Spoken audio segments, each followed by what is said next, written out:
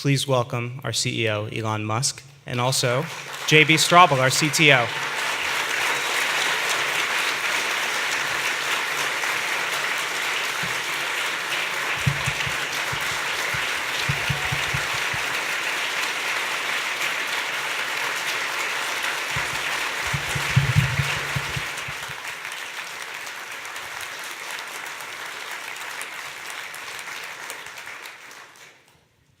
So, hey everyone, welcome to the shareholders meeting. We start off this by just thanking everyone for believing in Tesla and putting your money and your faith in the company. We're always super appreciative of that. The only reason that Tesla is live at all is because of people like yourself and the customers that took a chance on buying a new product from a new company. So thank you. So let's see, what we're going to do today, which is a little different from what we've done in the past, is just go through the Tesla history.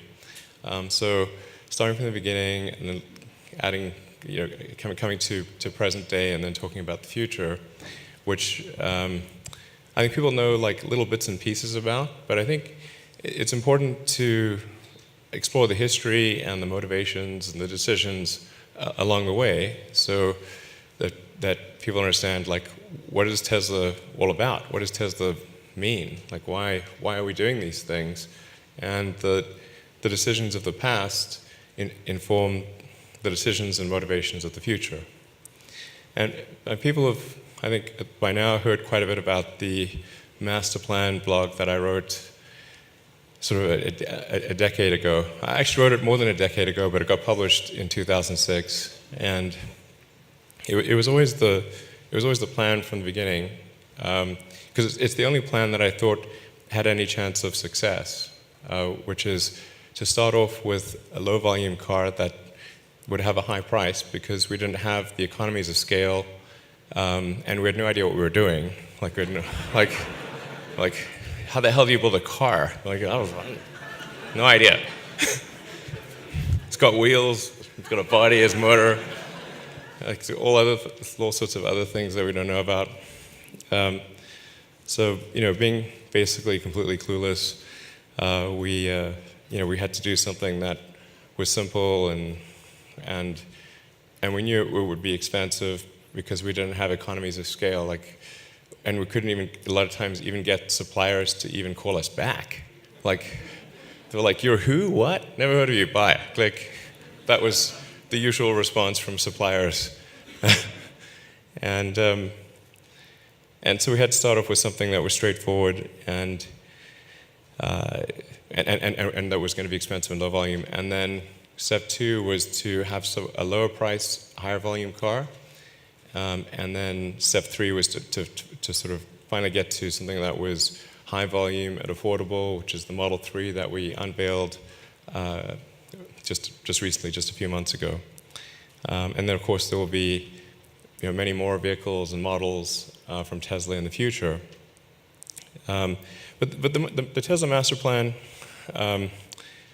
is really just kind of like a very limited perspective on Tesla, and it's really, I think, worth going into a more detailed look at the history and the decisions and motivations, and most importantly, I think I really want people to understand like the decisions we've made along the way. We've really always tried to do the right thing. We really care about that, and when we make mistakes, it's just because we're being foolish or stupid or whatever, but it's really always made with the right motivations, and it's never meant to be sort of something that we don't. We say the things that we believe, even when sometimes those things we believe are delusional. So we're going to do a look into the history of Tesla. And I'd like to welcome JB to the co-founder JB. So today,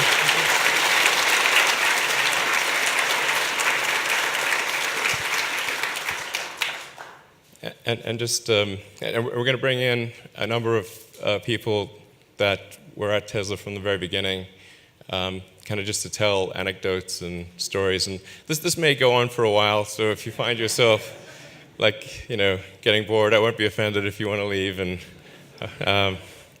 so this may go on for a while, and then we're going to have a Q&A and try to get to all the substantive Q&A stuff, and go as long as as people really want to go. So looking into the long and somewhat sort of soap opera-like history of Tesla. I mean, there are many episodes to the soap opera. It's like a multi-season situation. So really, even this history is, it's really glossing over a lot of things, but I think we'll still give people a really good sense for how things started out, what led from one thing to the next, why did we do this versus that, and just understand really like what happened, because there's a lot out there that some of it's correct, some of it's false, or some of it's quite patchy. But I think hearing it from the people on the ground at the time is really helpful. So the way things really started out was with the AC Propulsion T0. So AC Propulsion is a little company in Southern California that deserves a huge amount of credit and doesn't get enough credit. So we really want to give them just a ton of credit for the concept of doing an electric sports car. Yeah, in fact, my first ride in an electric vehicle was in a car that Alan Cocconi, who was the principal engineer and one of the founders of AC Propulsion, built. And I was back in college still at the time. But that's part of what convinced me that EVs had such an amazing potential and such an amazing future. And I think, as Elon said, they deserve a lot of credit for having laid the technology foundation, very early on for what this next generation of EVs could actually do. Yeah, exactly. So the AC Propulsion T0 was a lithium-ion powered electric car using cylindrical cells. They actually started off with it being lead acid and then upgraded it to lithium-ion cells early in 2003. I think it was early 2003, approximately then. And the specs for the T0 were very similar to the specs for the Roadster. So it had a roughly 250-mile range, roughly 4 seconds 0 to 60 time, and a lot of the specs were quite similar to the Roadster where we commercialized it. It did have some drawbacks, like it did not have a roof or doors, or any safety systems. Any airbags. Or airbags. And the battery was air-cooled instead of liquid-cooled, so it would overheat very quickly. So it was certainly not something that you could sell to the general public. And it also, the production cost of a T0 was, I think, basically like $300,000 or $400,000, like really, really high. But the basic concept and capabilities were demonstrated by AC Propulsion well before Tesla was created. So I'd just like to, frankly, just give them a round of applause for that. It was like,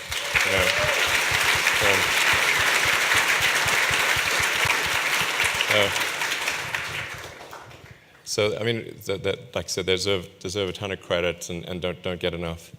And in fact, in 2003, JB and I had lunch basically in LA, taking El Segundo. And at the lunch, we sort of ended up talking about EVs. It was, I'm not sure how the lunch exactly got set up, but I think I was trying to get you to invest in an electric airplane. Yeah. Electric airplanes. How intriguing.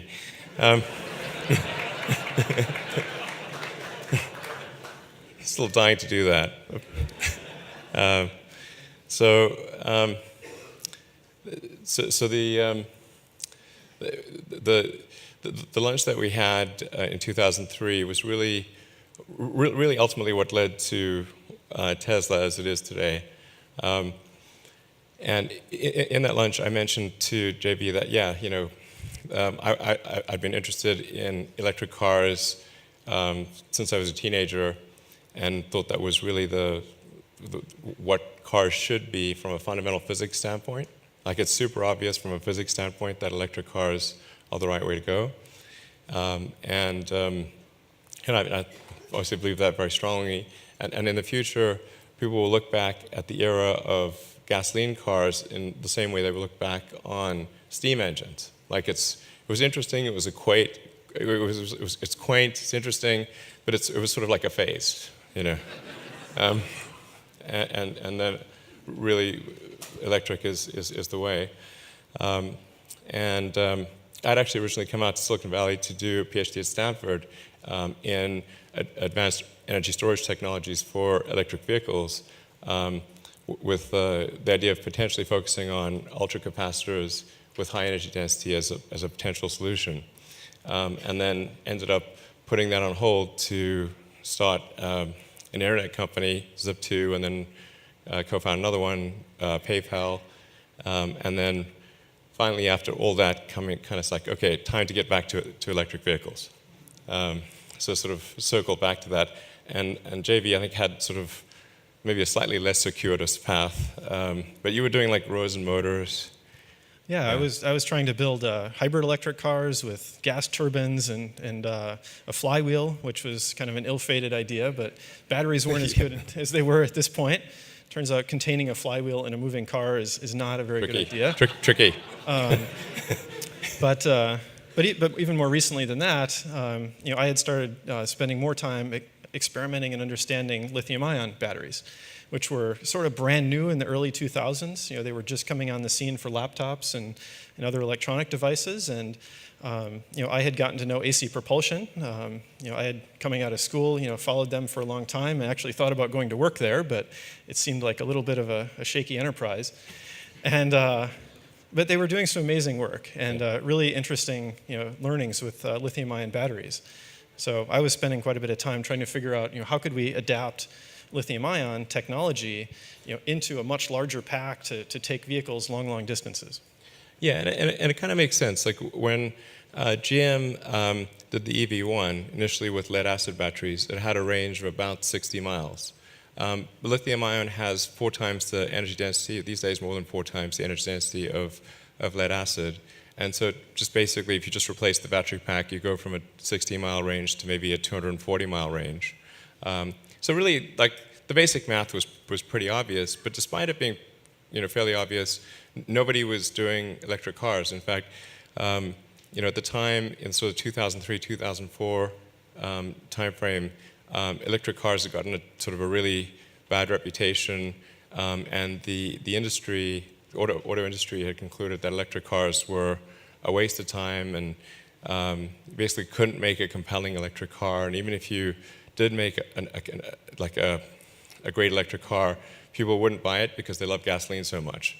So like, okay. Anyway, so I got based on JB's recommendation, a test ride in AC Propulsion's T0 in 2003, and I was like, wow, this is awesome. And I tried my hardest to convince AC Propulsion to commercialize the T0. I mean, I tried. I can be pretty persistent about these things, and I was like, guys, you've got to show the world that this is like real, and prove to the industry that they're wrong about electric cars. So I was hounding like Dan and Al, like, guys, come on, just commercialize the T0. And then it's like, okay, look, if you want to commercialize T0, can you at least make one for me? Like, no, they don't want to do that. Okay. Like, can you convert my current car to an EV? No. Okay. Then finally, it was like, I was like, okay, look, guys, if you're sure you don't want to commercialize, you don't want to do a commercial version of an electric sports car, do you mind if I do that? And they're like, no, that's cool. We're cool with that. So then they, so my initial plan was just basically to just get together with JB and say, hey, JB, let's form a company and essentially commercialize the T0 concept and create an electric sports car. And then the AC propulsion guy said, well, there's some other groups that are also interested in doing the same thing. Why don't you team up with them? And so that's when we teamed up with Martin, Mark, and Ian and created Tesla. So that's sort of kind of how it happened. But I think it is important to emphasize, when we created Tesla, it wasn't from the standpoint of hey, this is a great way to make money. It was when I told my friends about this, they're like, "You're crazy." How much money do you plan to lose? Not will you lose money. How much money are you planning to lose? It was a pretty crazy idea. I was trying to convince all my friends to join and come and work at the company, and even some people that were building electric cars didn't want to come and join because they thought it was too risky. So it's hard to understate how untrendy electric cars were at that time. Everything was focused on the internet, and no hardware companies, nothing even remotely like building a whole car. Yeah, I mean, basically, in 2004, the idea of starting a car company was considered extremely stupid. And then the idea of creating an electric car company was like stupidity squared. It's like, wow, that's dumb. Okay.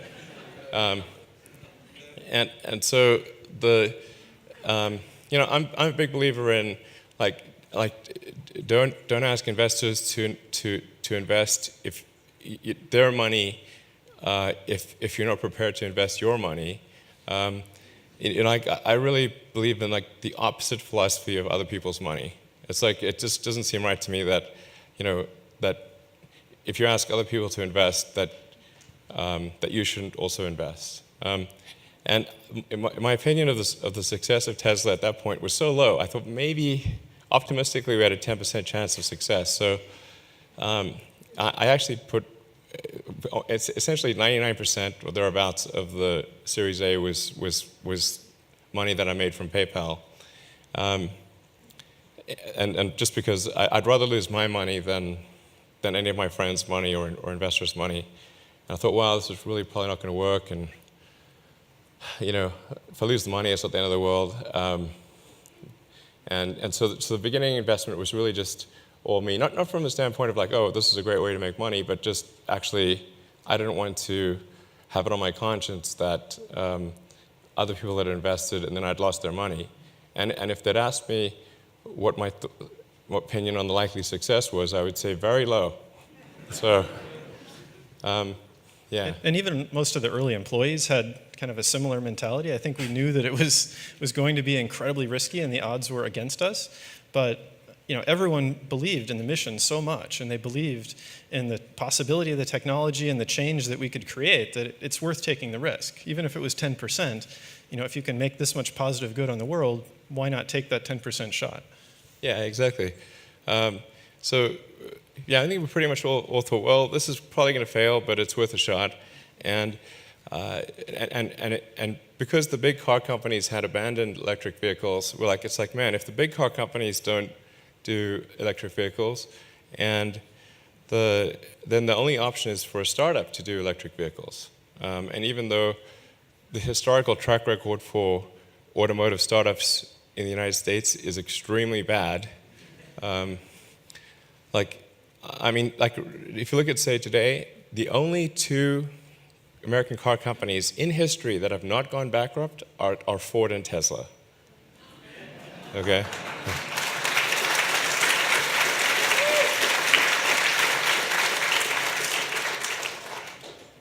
So I'm just getting the move it, get moving sign from the back. Anyway, like I said, this one's going to go long, and I totally won't be offended if you want to leave, because we're going to cover a lot of ground. So if you have other obligations or it's getting tedious, please, don't feel obligated. So. So anyway, so that was the beginning of it, and like I said, we felt we had to create a startup car company because the big car companies had all abandoned electric vehicles and everyone thought they were dumb, And General Motors was in the process of recalling their EV1s and then taking them to a junkyard and crushing them so that nobody could ever use them again, which I thought was just a terrible tragedy. And people wanted their EV1 so badly that they were so sad about it that they held a candlelit vigil at the junkyard where the cars were crashed. Like, who holds a candlelit vigil for a product? Ever? It's a GM product. I mean, it's like, so like, I don't know what kind of wake-up call you need to say, like, maybe you shouldn't end that program. But if people are holding a candlelit vigil like it's like someone's about to be executed, then you should really say, wow, maybe we should not cancel that program. Anyway, but that was like the situation. Gasoline was super cheap, $2 per gallon gasoline. Anyway, so just like, it was definitely not from the standpoint of like, oh, this is going to be a great investment and a way to make money. It was just like a terrible investment and we're probably going to die. So,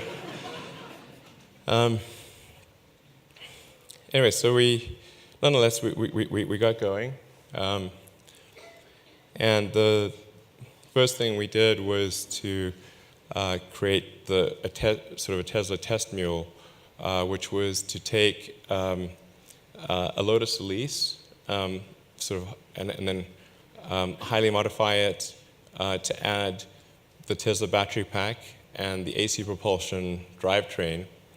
And this is, I think, a point that may be helpful to entrepreneurs out there that are, creating companies. The reality is that like the creation of Tesla was based on two fundamentally false premises that turned out to be, in retrospect, staggeringly dumb. So the one was that that we'd be able to use a Lotus Elise, as sort of slightly modify a Lotus Elise, add an electric powertrain using AC propulsion technology, and then be done, and that would work. And in reality, when you convert a car to electric, and you want to make it something that passes all of the federal safety standards and all the legalities necessary for a road legal car, you actually you invalidate all of the crash tests, and the battery pack ended up being too big to fit in the car, so we had to stretch the chassis, and we couldn't use the air conditioning system because that was previously run off of the motor or the engine power. So we need to have a new AC system. We had a new wiring harness. All new suspension, all new brakes. All new suspension, all new brakes, because the car was 30% heavier. The body was all different. In the end, only about maybe 6 or 7% of the Tesla Roadster had parts in common with any other car, period. Okay. And so it ended up actually being much worse than if we'd simply designed an electric car from scratch. It's like if you have a particular house in mind that you want to build. Instead of building that house from a fresh start, you take some existing house, and then you end up modifying everything except one wall in the basement. You're like, okay, that's actually much more expensive and harder to do than if you just design it and build it right from the beginning. And then the AC propulsion technology, while great for a prototype, actually ended up not being producible. Like it wasn't reliable, it wasn't producible, and it wasn't consistent, and it would break down all the time. So I don't know if this is, yeah. Yeah, I mean, it was pretty amazing. The motor controller, the brain, the computer that actually controlled the motor was 100% analog. I mean, it was this unbelievable invention. Genius engineering to actually make it run at all, but it wasn't something we could reproduce. So among the sort of difficult engineering tasks we took on in the very early days, one was the battery pack, re-architecting the whole battery pack, making it liquid cooled, making it safe. Yeah, the liquid cooled thing was really important because the AC propulsion battery pack, even though it used cylindrical lithium-ion cells, because it was air-cooled, it would very quickly overheat, and it was highly susceptible to a thermal runaway event. So if one cell went into thermal runaway, it would domino to the rest of the cells. Yeah, and it was also packaged in the doors, which was not a very good place to package Yeah. the battery pack. Yeah, it's like, oh, how do I get out? Oh, I can't. It's on fire. It was either side of the car.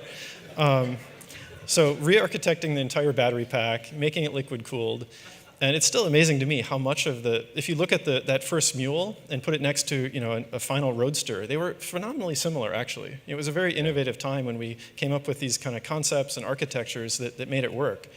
But one of the big things were the electronics in that brain to control the motor, and we had to start from scratch. I mean, as Elon said, it would have been more efficient in the car.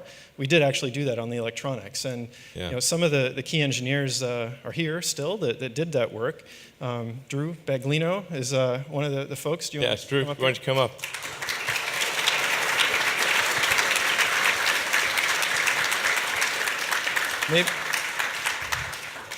Maybe you want to share a couple of quick anecdotes or stories about some of those early motor control days? Sure. This has been 12 years, by the way. So Yeah, it has been a long Drew time. was like basically part of like the founding team of the company. So Thank you, Elon. Yeah, just over 10 years for me now. So I'm on the time scale pretty early on here. But yeah, JB mentioned Alan Cucconi. Alan Cucconi actually, we tried to figure out what some of his circuits did, and we would simulate them and be like, oh, this is what it does. And then 3 months later, we'd be like, no, that's what it does. So it was kind of a learning by doing. But we needed to get out of this ghost in the machine world where we were with the analog PEM. And so we said, okay, about a team of 5 engineers, let's start from zero. Let's start with today's technology, digital motor control using DSPs. And we went out and set to do it as a parallel path so we wouldn't disturb the rest of the validation, because we had to go through crash tests, we had to go through performance tests, we had to run on rough roads for hours with cars that worked. But that didn't deter our determination. So we in like 3 months, we went from the first schematic to a driving car.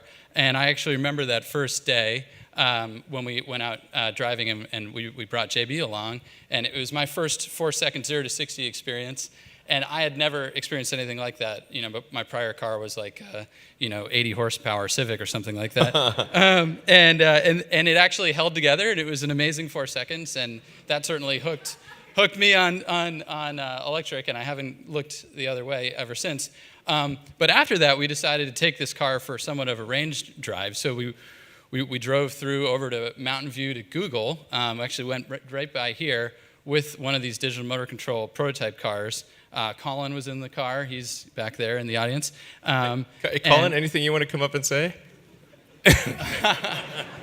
And I remember I was staring at the waveforms, and we were like, ooh, maybe we've got a loose ground or something.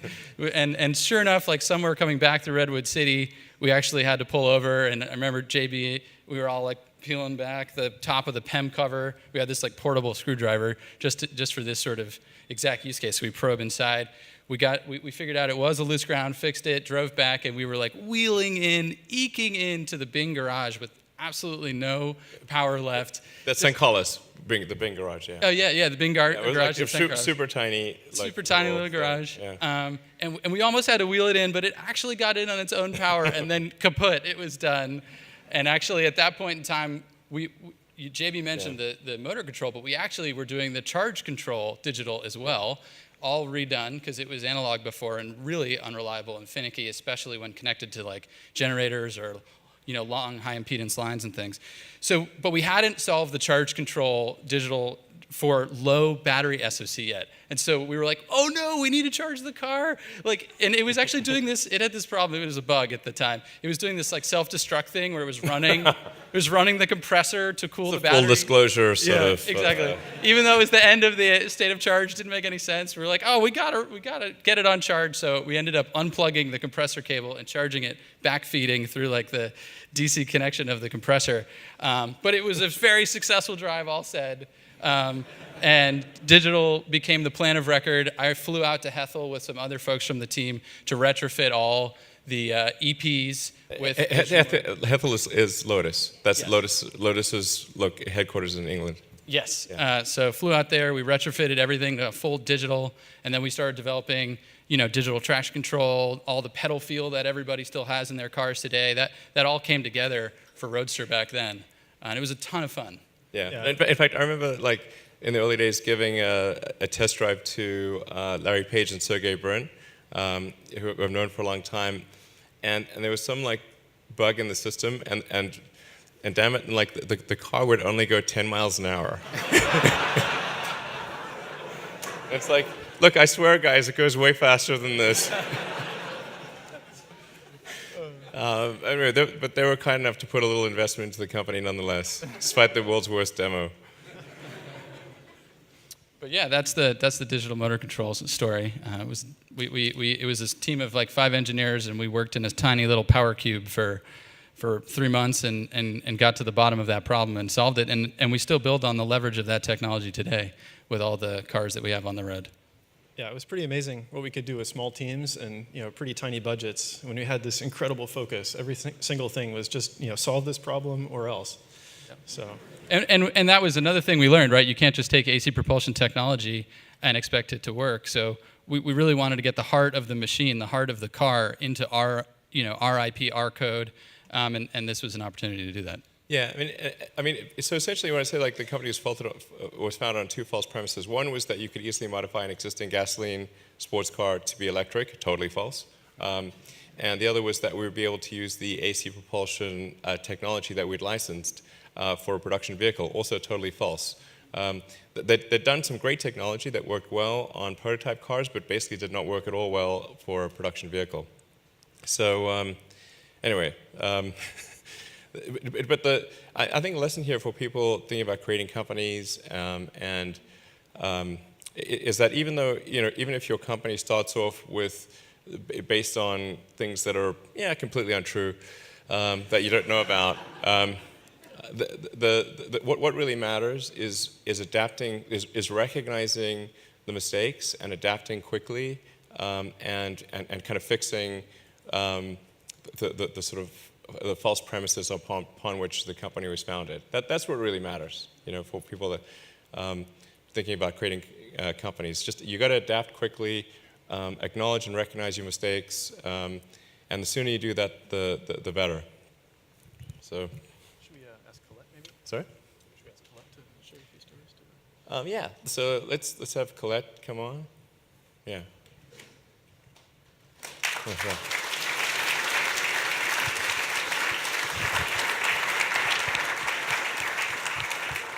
Hello. My name's Colette Bridgman. I'm employee number 9 at Tesla, so I will be coming up on 12 years in July. So a lot of this history, as well as being Elon and JB's history, is my history. I'm super proud to be here. So back to what Elon was saying, is a company founded on an idea that didn't come to fruition. When I was interviewed, I was told that this company would be about 35 people. Yep. They had a 3-year business plan. We wanted to commercialize electric vehicles, which sounded brilliant to me, being the only non-engineer at the company for the first year. And that we would outsource everything. So as you guys can... Well, it turned out to be true, yeah, of course. Yeah. I mean, like... Yeah. So from what you guys know about Tesla, obviously that business plan took a complete 180 in the first 2 years. We're so vertically integrated from the top down.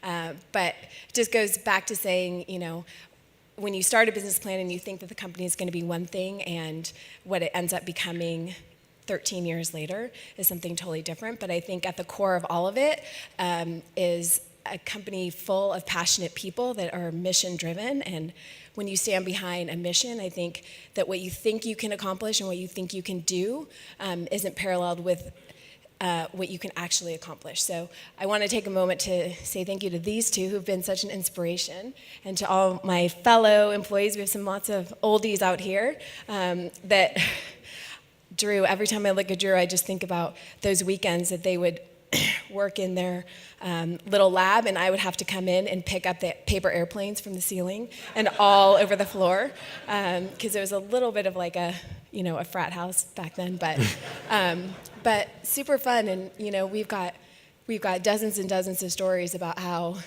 this mule came to life, and how we all got here, and it's DNA that runs through the company to this day. So thank you. Cool, thank you.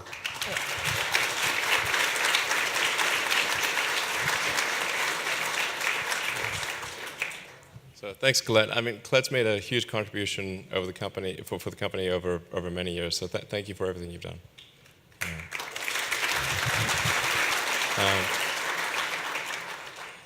So then, yeah. So building the Roadster test mule, and you've heard a lot about that. Then we needed to get to an actual Roadster prototype that was sort of that was more of the production design. And so then we redesigned the body. I was basically the chief designer of the body. So if you like it or don't like it, for Roadster version 1 and 1.5, that's basically me. So, like my two favorite cars were the McLaren F1 and the Porsche 911. So there's sort of elements of that in the design. I don't think I'm a good designer, by the way. But we're going to get to Franz, who is a really good designer. And actually, it's relatively easy to design a sports car that looks good because the proportions naturally lend itself to excitement and beauty. And it's incredibly hard to make a sedan that looks good. Like that's a whole different level. Yeah, and this picture in 2006 was actually from our Roadster launch event. So this was a really pivotal event in the company's history. It was the time when we went out of stealth mode. Before this, nobody had ever heard of Tesla. We'd never had a single media article. We'd never taken any customer deposits. We had no customers. We had no sales team, actually. Nothing. Nobody had heard of the company. They thought Tesla was a rock band. Or if you're a scientist, Nikola Tesla, of course. But in the public, like, oh, you mean the rock band? Okay, no. By the way, those guys are awesome. They've been huge supporters all the way along, and they never bugged us about the fact that we used their name and everything. Yeah, rock on Tesla, the band. But this event was awesome. I mean, this was we had two prototypes built at this time. So we had that yellow mule that we started out with, and then we built two working prototypes for this event. There was a red car and a black car. And we had this kind of concept at the time to do an event where we'd give customers test drives, and then we'd start taking reservations, and do it all at some giant big party, maybe at an airport. And this sort of formula became something we started to repeat, and it kind of became the Tesla DNA a little bit of how we would do product launches and start getting customers closer to the product. This was at the Santa Monica airport, and basically in LA.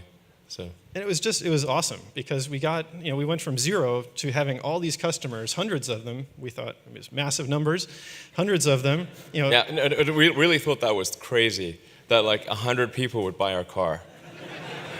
We had the names, we were like, we got 100 people to buy our car. That's amazing. There was actually a projector, and we'd type in everybody's name. Everybody's name, yeah. And put it on the wall because we thought there'd be like 10, but it filled up. So anyway, it was pretty amazing, even though the cars were basically just hardly holding together. Yeah. I mean, those two cars were basically destroyed by the end of the night. That was most of our durability testing, and we had to drive them behind a curtain and actually pump ice water through parts of the powertrain in order to keep it from overheating, so we could keep going with more test drives. So nobody knew this at the time, and it was amazing though. I mean, we left that event with demand being 10 times what we expected, and a whole ton of engineering challenges to go solve, but we knew for sure that people wanted this car in numbers that nobody else expected they did. Yeah, exactly. It was a hugely energizing event because we had no idea whether people would we thought maybe nobody will buy the car, except for like friends and family or something. But we got total strangers bought the car, which was like, wow, that's really. Wow. Okay.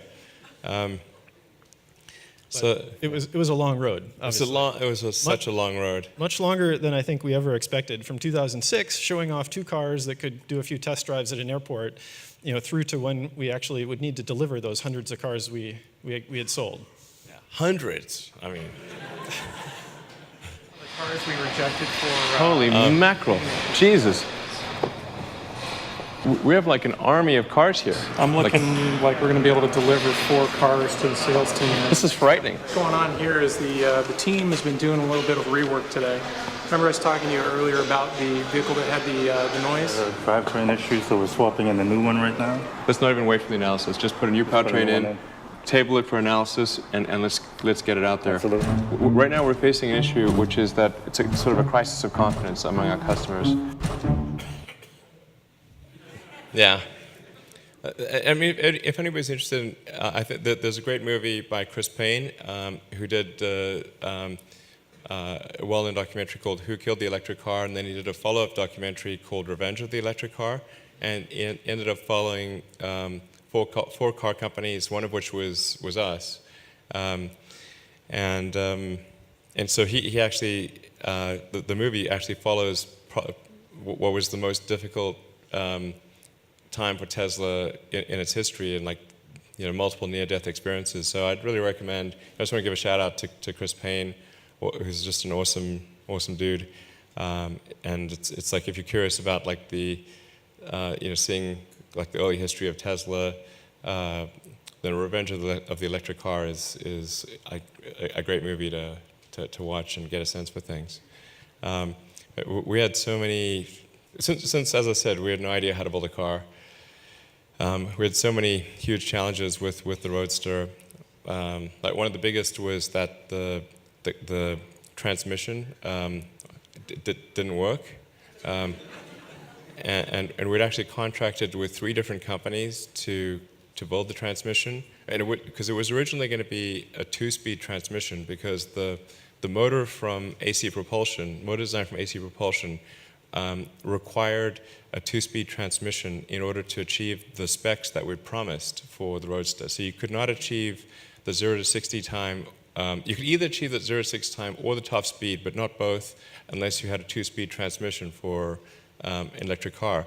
And the problem is that an electric car transmission is really different from a gasoline car transmission, because the RPM is much higher, the torque transfer is much higher, and so when we'd work with these quite well-known companies building transmissions, the transmissions all broke because they just couldn't take the torque transfer and the RPM. And the first Roadsters that we delivered, which were about a year later, actually still had the bad transmission that our suppliers had delivered us, but we locked it in 2nd gear. So the acceleration was actually not very good, but at least you could get up to highway speed.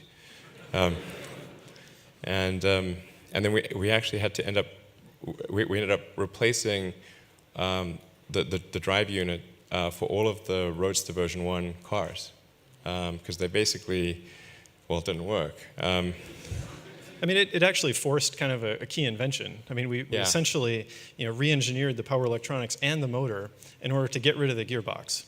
That was the trade-off that we made in that very early generation. And once we had done that, it was clearly better in basically every single metric. It was lighter, it was more efficient, it was cheaper, fewer parts. So it was definitely the right way to go, but we just weren't ready when we started production. So we had to catch up after the fact. Yeah, exactly. So, in fact, I remember the conversation that JB and I had flying back from our gearbox supplier, and that was like, man, it's like, JB, we are really screwed. I think that was the 3rd gearbox supplier. The 3rd gearbox supplier, we're like, we are screwed. Now we know that if we redesign the motor, we can do this with a single-speed transmission that doesn't require a clutch, which is like order of magnitude easier to do than one that does have a clutch and has to shift gears at very high torque and very high RPM. Because essentially, if you have a single speed, then it's just it's not really a gearbox, it's just an RPM reducer. But it required us moving away from the AC propulsion motor design. So we had to redesign the motor, redesign the power electronics that powered the motor, but it was actually easier and faster for us to do that than to try to make the 2-speed transmission work. It required twice as much torque from the electric motor. Exactly. So it was a pretty big redesign. Yeah, so that's why, I mean, in the end, we didn't use really any of the AC propulsion technology. Even though they did a great job with the prototype, everything had to be redesigned. And anyway, so that's just a minor taste of the Roadster challenges. There's many more.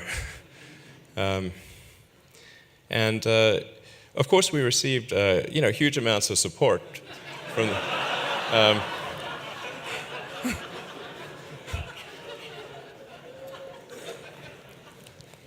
Yeah, I mean, with support like this, I mean, how could you not be energized to solve the solution, figure out the solution?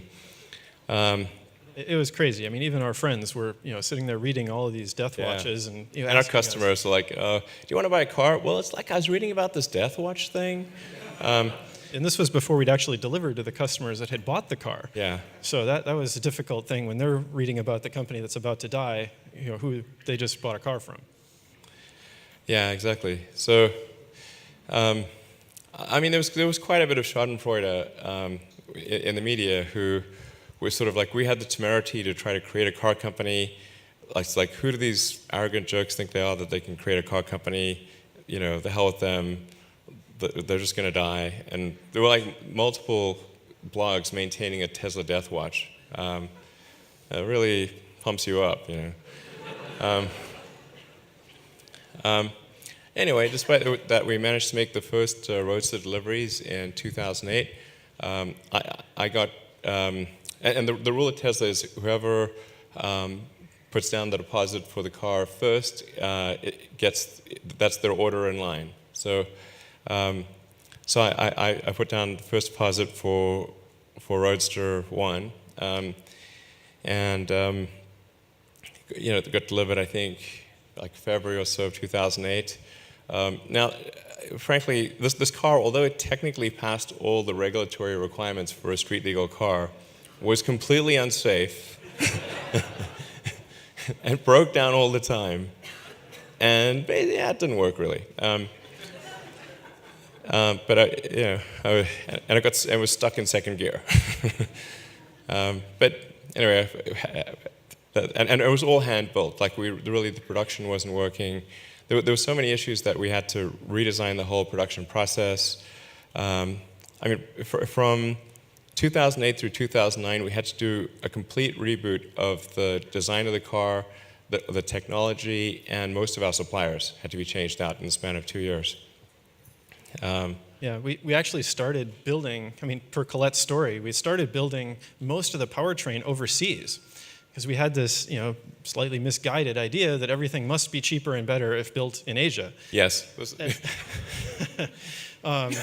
So we started building battery packs actually in Thailand, in a not very with a contract manufacturer who, they were well-intentioned but had no idea how to build battery packs. Yeah, actually, it was a barbecue manufacturer. It was a barbecue manufacturer. But they were neighbors or friends of one of the other engineering leaders, and we built motors in Taiwan, batteries in Thailand. We had this crazy supply chain, and not surprisingly, it was extraordinarily hard to get good quality product at the rate we needed from these suppliers. So in that time frame, that 2008 to 2009, we had to do some amazing things. Moving those factories, taking control of them, moving them back to California, and then resetting them up completely, because what we had done in Thailand was utterly inappropriate for what we would do here. And maybe Jason, Jason, you want to just say a few words? Like, Jason was one of the key guys that really made it happen in transitioning the battery pack in particular from a contract manufacturer. Yeah, man. Thanks, guys. So, I remember having a conversation with Jason. It's like, Jason, dude, we are doomed if we do not insource the battery pack, because we have a supplier in Thailand that is great at making barbecues but not at making battery packs. And the supply chain is so long that it would take 6 months from when the cells were built to when the battery pack was done and in a car. And so that means we would have to make the capital cost of that supply chain was gigantic, because we'd have to pay for that all of that inventory and process And then inevitably there would be mistakes made in the design or the fabrication of the battery pack, and we'd have 6 months worth of battery packs that didn't work.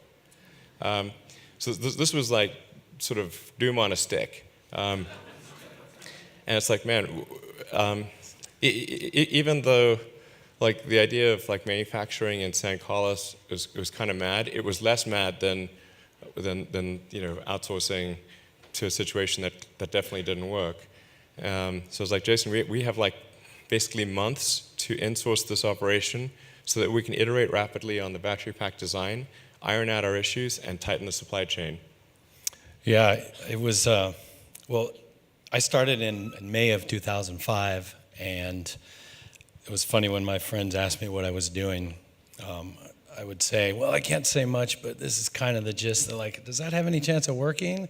I'm like, no, of course not. But I'm doing it. It's going to be great. And in late 2005, after having made 2 prototype batteries of very different designs, we started work on our 3rd, and also simultaneously decided that we were going to make it in Thailand. And so we were simultaneously designing, in true Tesla fashion, simultaneously designing the thing and building the factory out in Thailand. The CM, like you said, I think, Elon, was extremely well-intentioned, but just absolutely no experience. The building was open to the air, and so you would literally have animal droppings on the product. And that's when we were like, all right, we got to have a building, man. Come on. Yeah, like, roofs are important, you know. It's like... And so after 2 years of spending, I spent personally 50% of 2 years there. A bunch of people in this room spent as much, if not more, time there, getting the thing running. And like you said also, the lag, like we would show up in Thailand with, I don't know if you guys know what a Pelican case is, but it's this awesome plastic suitcase. And we'd show up with 7 of them at the airport. And these guys would just look at us, what are you guys doing? And we learned the term tools of trade is kind of a hot button to just go, all right, go. Because trying to get tools and parts. Anyway, we brought it back in January of 2008. We packed up 7 shipping containers, and we reassembled that factory in San Carlos at that Bing Street warehouse that Drew was talking about. We reassembled it in about 5.5 months, and that's where the battery that went in your car came from.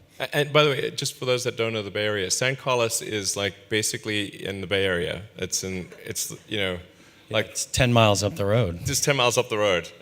So, manufacturing things in the peninsula is like considered super mad. Yeah, and this was kind of hard. It was really early, like telltale vertical integration is the way to go. And some would argue we might have over-centered in some areas in that area, but really we had control now. We had all the engineers right there. We didn't have batteries on the water, not only from Thailand to England, but then cars on the water from England to here. That's what I mean by the 6-month supply chain. So it would be like, we would only find out if there was an issue with either the design or the manufacturing of the battery pack 6 months after it was built. So you can imagine the insanity of having some built-in design or manufacturing flaw and have 6 months worth of inventory that all has that flaw. Yeah, some of the same people that we were working with building the factory in Thailand, we would do missions to Hethel, to the UK, to the Lotus factory, again with these Pelican cases full of glue and popsicle sticks and mixers, and we would do these retrofits of, I think the record was like 15 batteries in 2.5 weeks, where we disassembled the whole thing, did the retrofit, assembled it. The Lotus guys thought we were insane, which they did. They had a point. Yeah. We were. So yeah, that's a really quick story, kind of about bringing it home. 7 months reassembly. The motor as well. Boom. Yeah, we did the same with the motor years later. Yeah. So. So just like congratulations to you and your team on making that happen. That was like an amazing feat. So. Thank you. Thank you.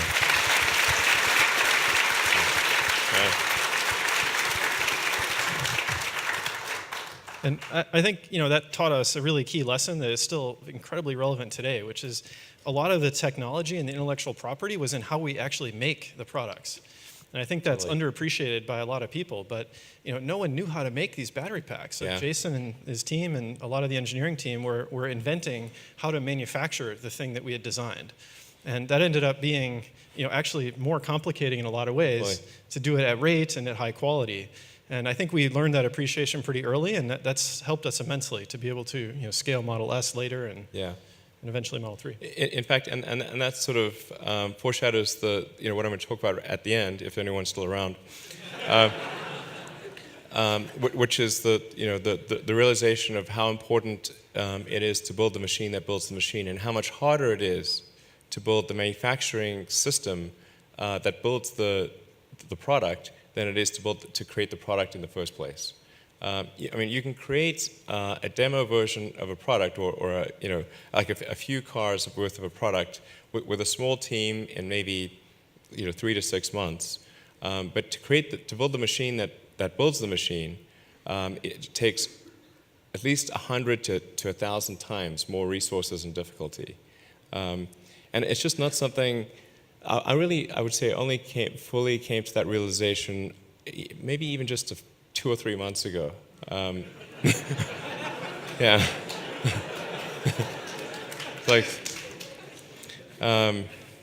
It's a bit. I'll talk about that at the end, and just how important that is, and how I think very few people really appreciate how important that is, and how important manufacturing and supply chain is. And how I think that's actually the main problem to be solved. But I'll talk about that at the end. So then the first retail store opened up. This was in LA on Santa Monica Boulevard. It was formerly, I think, a kids' furniture store. And this was like a controversial decision at Tesla. In fact, like the original business plan, Tesla called for using the regular sort of auto dealer network and that kind of thing. But I was really adamant that we need to improve the buying experience. I don't know anyone who loves the current car buying experience of, and usually, when people tend to view buying a new car as equivalent to going to the dentist, and maybe the dentist is better, but it's just never something people look forward to. And so we thought, well, look, if we're going to make a new car company, we don't want to inherit the negativity or the sort of the bad elements of how it's been done in the past. We want to fix we want to do it right, and we want to make sure that people love coming to buy a car. They look forward to it. And the most important thing I said to the Tesla retail team is look, the number one thing is that when someone comes in our store, whether or not they buy a car, the most important thing is they look forward to coming back to the store. That's it. Just that's their goal. Make sure that when people visit our store, they look forward to coming again. That's it. Don't try to sell them something that they don't need. Don't try to sell. Don't sell. Just your goal is just to communicate and make people feel good. And we got a lot of opposition from the auto dealers, as you might imagine, and they were not happy campers about this approach. But anyway, we felt like, hey man, we want people to love it, love buying a Tesla from all the way from the initial buying experience to receipt of the car, ownership, the post-sale service experience. It's sort of about you want people to fall in love. You want them to just just love it. So we thought we had to do it for that reason.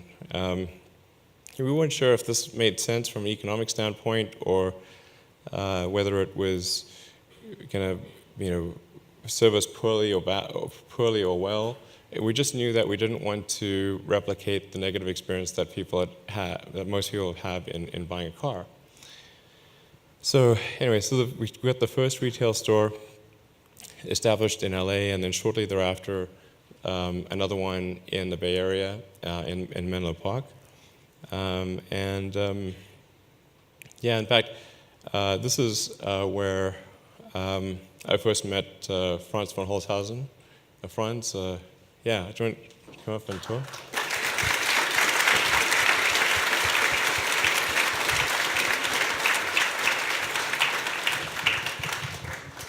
So, yeah, if I knew his whole history then, when I first met you, I don't know if I'd be standing up there, but. well, so as I mentioned, like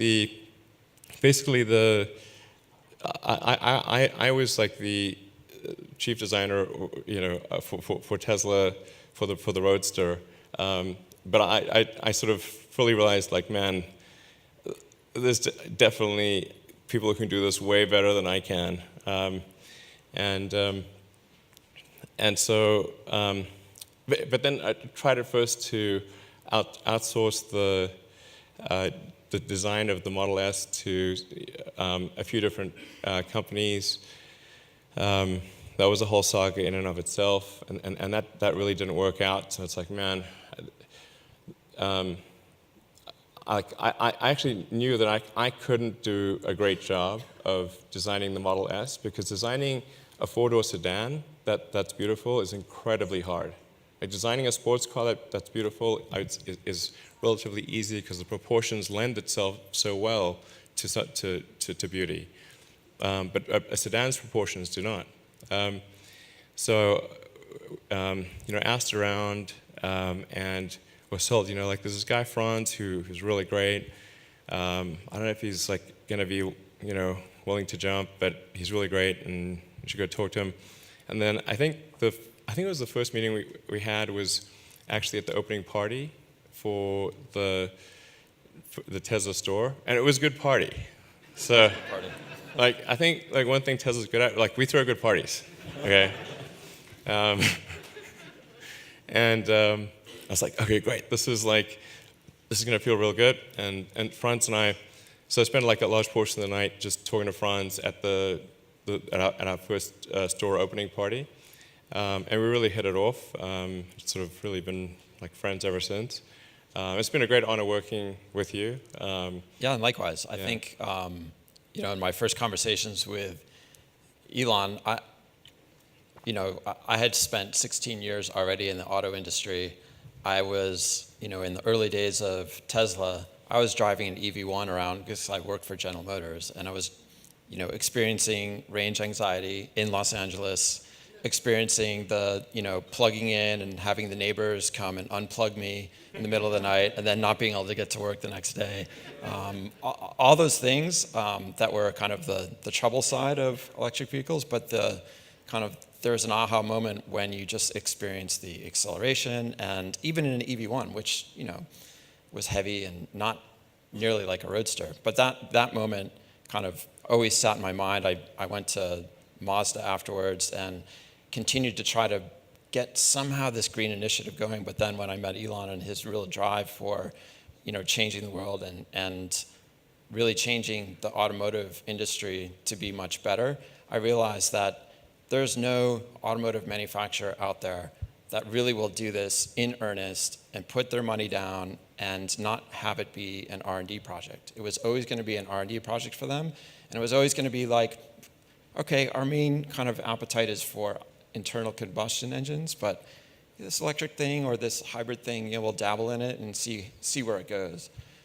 But talking to Elon, and then subsequent to the party, I went to SpaceX, where I saw actually kind of the proof and a little bit of the genius behind it, and the ability to, okay, if this guy can really get rockets into space, then this car thing's not going to be that although hard. I should say technically, Although at that time he hadn't quite got one there, technically at that point we had actually not succeeded in Right. getting to orbit.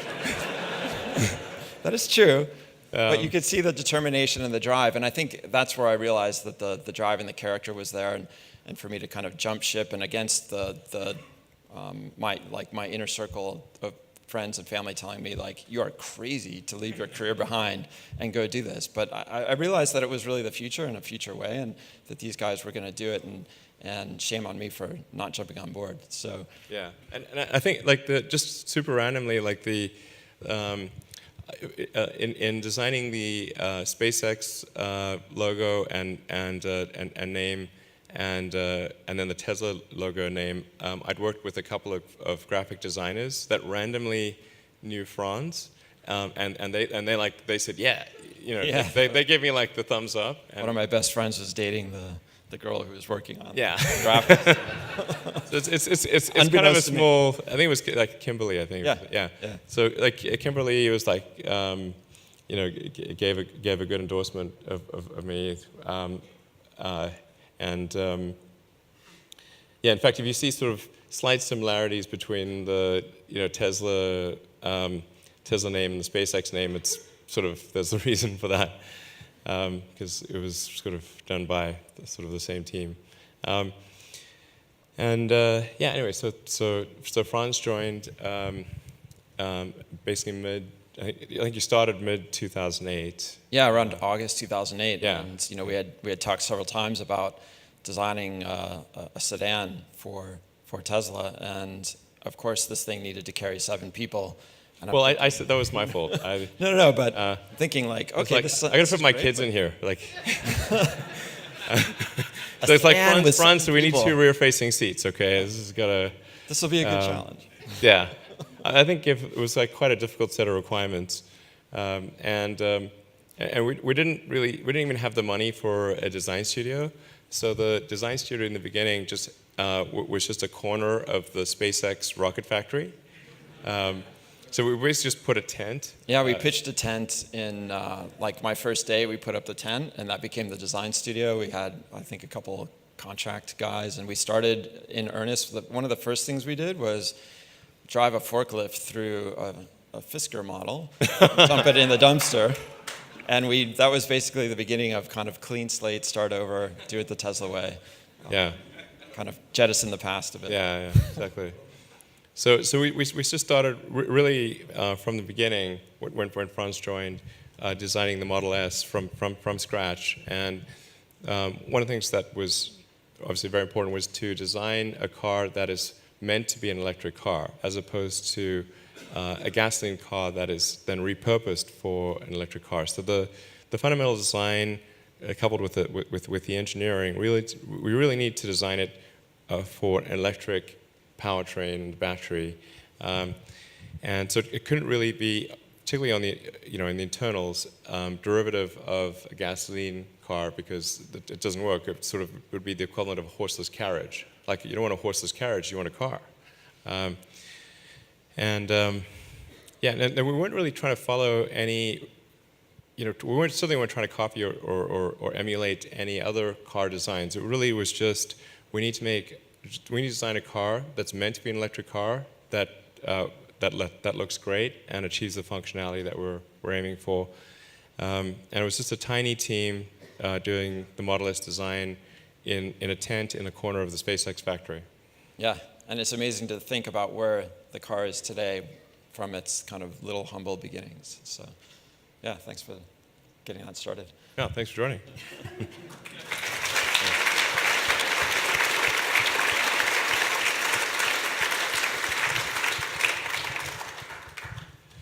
So yeah, and then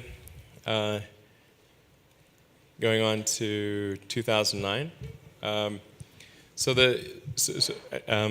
just backtracking slightly, and so in 2008 we were really still trying to figure out how not to die.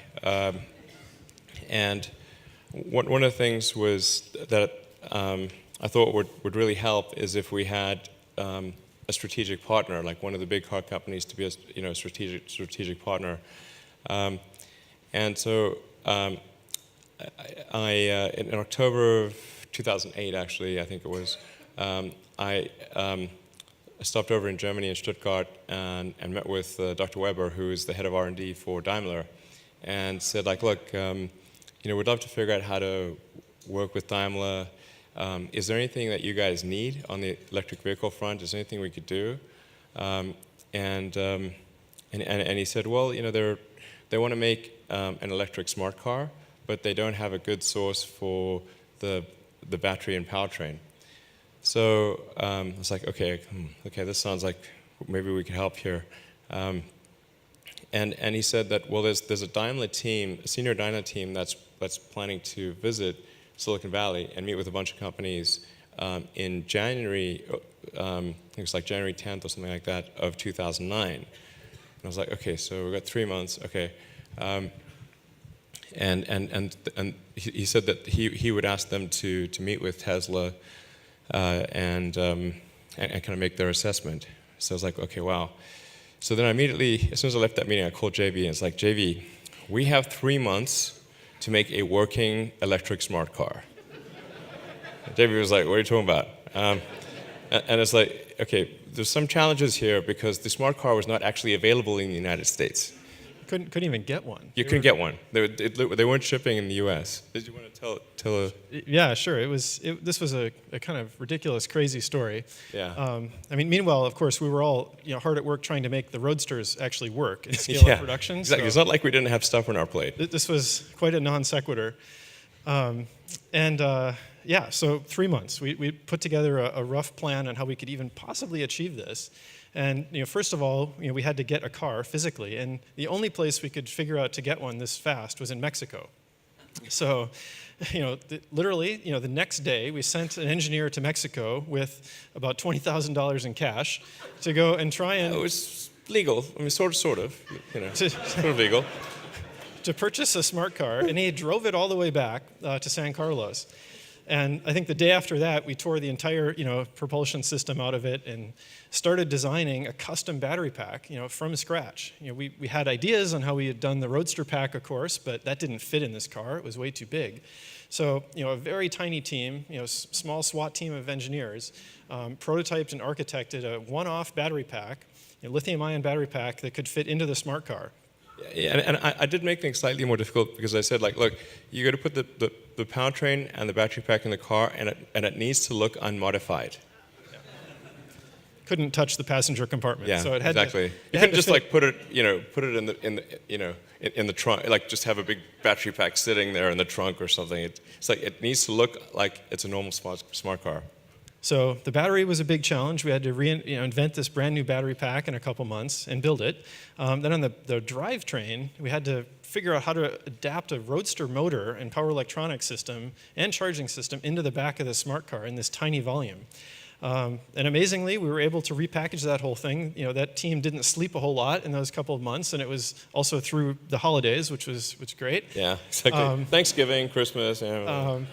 But everybody was having the time of their lives. It was super, super fun. We were in a little teeny garage in San Carlos, trying to make this, smart car electric. And one of the things we realized pretty early on is that this was going to be the fastest smart car that had ever been made. So this was amazing. It had all the torque, would have all the torque of a Roadster packaged into this tiny little car. It was so fast you could do wheelies in the parking lot. Yeah, it was, anybody that got in that car, exited just with a huge smile on their face. They just absolutely loved it. So that car basically led up to the meeting where we, met with all the Daimler engineering leaders and executives. Exactly. Let me tell you about how the meeting went. So the Daimler sort of senior engineering team shows up, and it was clear when they entered the building they were like not excited about meeting with some like American car startup, whatever, so they'd like been told, that they needed to do this, and they were like, well, this is obviously going to be a waste of their time, and they're quite grumpy, actually.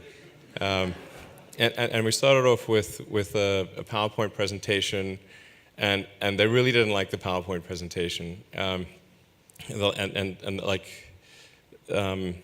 so I said, you know what? Why don't we skip the PowerPoint presentation? Would you like a test drive? And they're like, what are you talking about? What do you mean a test drive? I'm like, yeah, we made one. I'm like, made one? What do you mean? Yeah, we made one. So it's just outside. Do you want to drive it? And they're like, sure. So then they went out and test drove the insane performance smart car. As JB was saying, it's like basically you can't exit that without a grin on your face. So they went from being a bit grumpy to be like, holy cow, this is awesome. And we actually, out of that meeting, it got our first development contract with Daimler to create an electric smart car, and that was really, I think if we hadn't done that, Tesla would have died, because the Daimler partnership gave us credibility that a major OEM was willing to work with us. And they also, they paid us for the development program, which is really helpful from a revenue standpoint. And then most importantly is that when Tesla kind of was running out of money around May 2009, and I had no money left. I'd given all of the money that I had remaining to Tesla. I didn't even own a house. And I had to borrow money from friends to pay rent. So I was like, man, I am out of resources.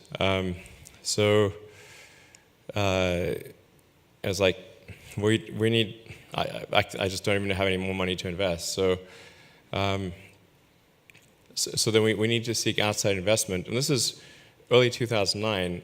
And just to sort of paint the picture, General Motors and Chrysler were going bankrupt at the time. The idea of investing in an electric car startup was not popular. I mean, we would talk to investors, and they would be angry that we even called them. But thankfully, Daimler did invest. And then they invested $50 million in May of 2009, which was a lifesaver. So I just really, I'd like to just say thanks and give a hand to Daimler for that. I was like,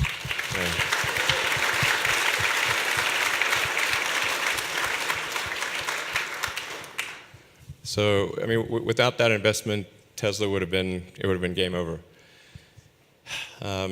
So they invested, thankfully, and that gave us the resources that we needed to get the company to moderately healthy position, and actually get us to the point where we could build roadsters without losing money on every car.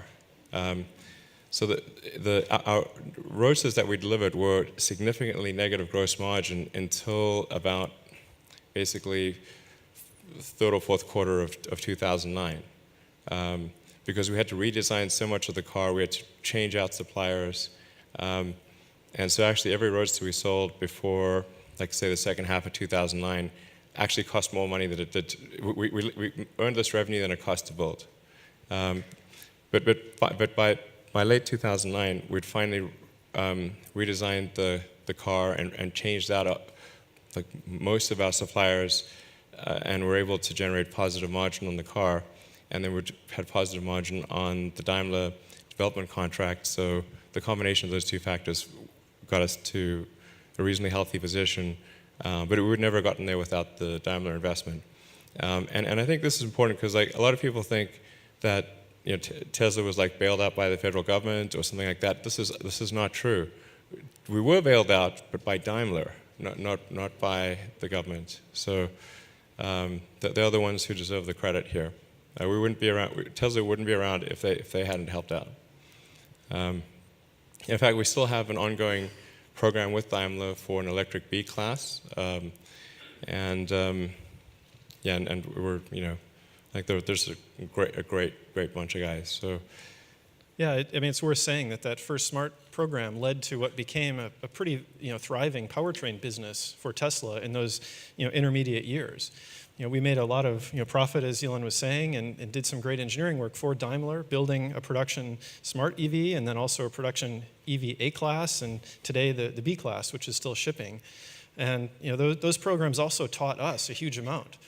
Being a supplier to Daimler was not terribly pleasant sometimes, but it also trained us in quality, and it trained us in some of the systems that they had used for 100 years. So we got to really accelerate up the learning curve on building some of these very complex systems and how they validated them and how they made them last for hundreds of thousands of miles.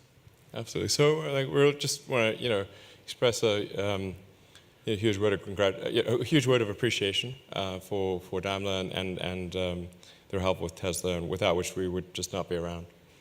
So thank you.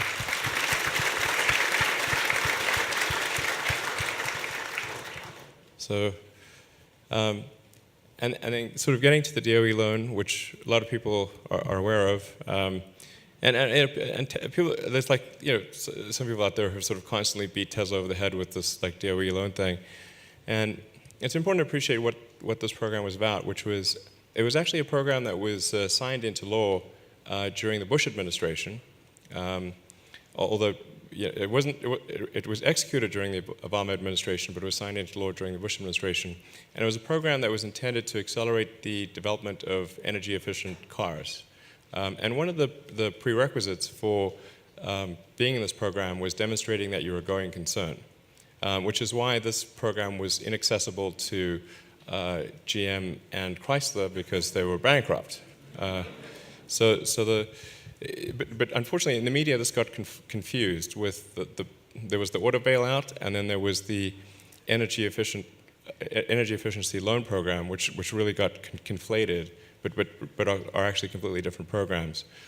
And the first money that Tesla got from the DOE loan program was actually only in March of 2010. And the way the loan program worked was that there were a whole bunch of milestones and of technical milestones and product development milestones that we could only invoice for the milestones after they'd been accomplished, and then Pricewaterhouse would audit the financials, and then we would send a request to draw down the loan in little bits and pieces.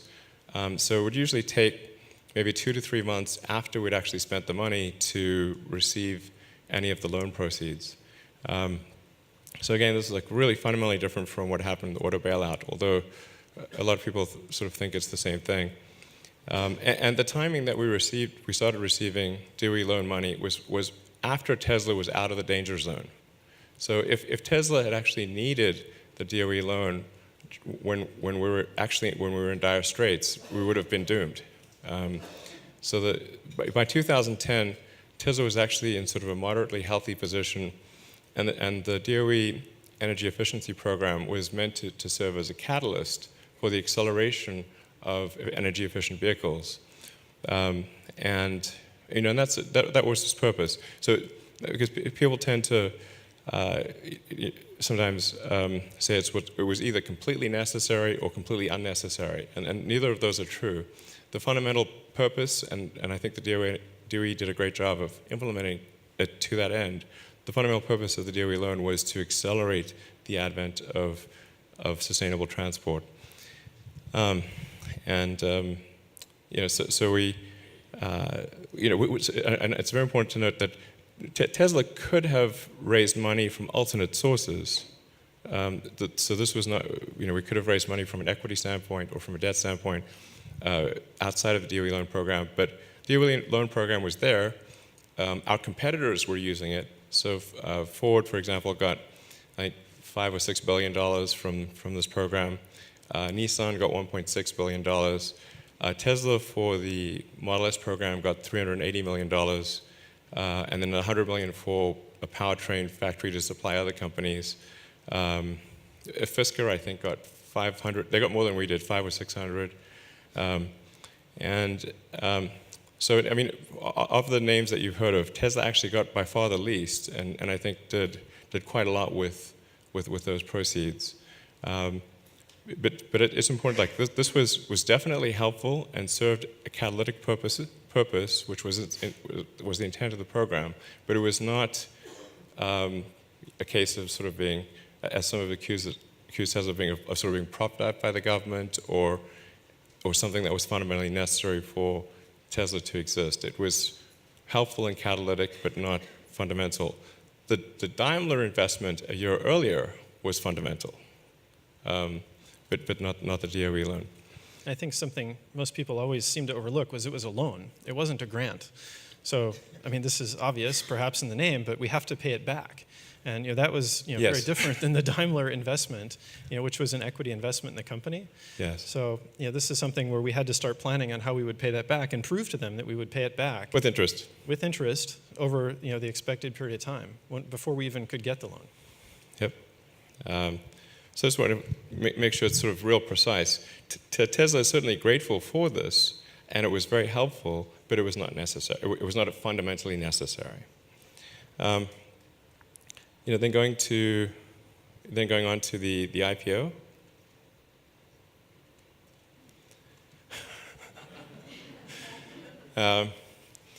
So the IPO process was certainly an interesting roadshow. There's Deepak, who I think did an amazing job on the roadshow. But it was funny. I mean, would meet with potential investors. Tesla is a company that tends to inspire either love or hate. People are rarely indifferent. Like, if you say like, well, how do you feel about Colgate? I'm like, it's okay. But with Tesla, it's like either it's like you guys suck or you're great, or like yay. So it's like it tends to be very much either love it or hate it. And so in the IPO roadshow, we'd sometimes meet with investors who would tell us just how stupid we were and that this was a waste of money and how dare we even take their time. I'm like, okay, thank you. And they would meet with some that are like, yeah, you guys, this is great. We're all in. We have like some great investors like Fidelity who, despite all sort of the negative news and stuff, has been like a stalwart supporter of Tesla through the years. So anyway, like that was the IPO,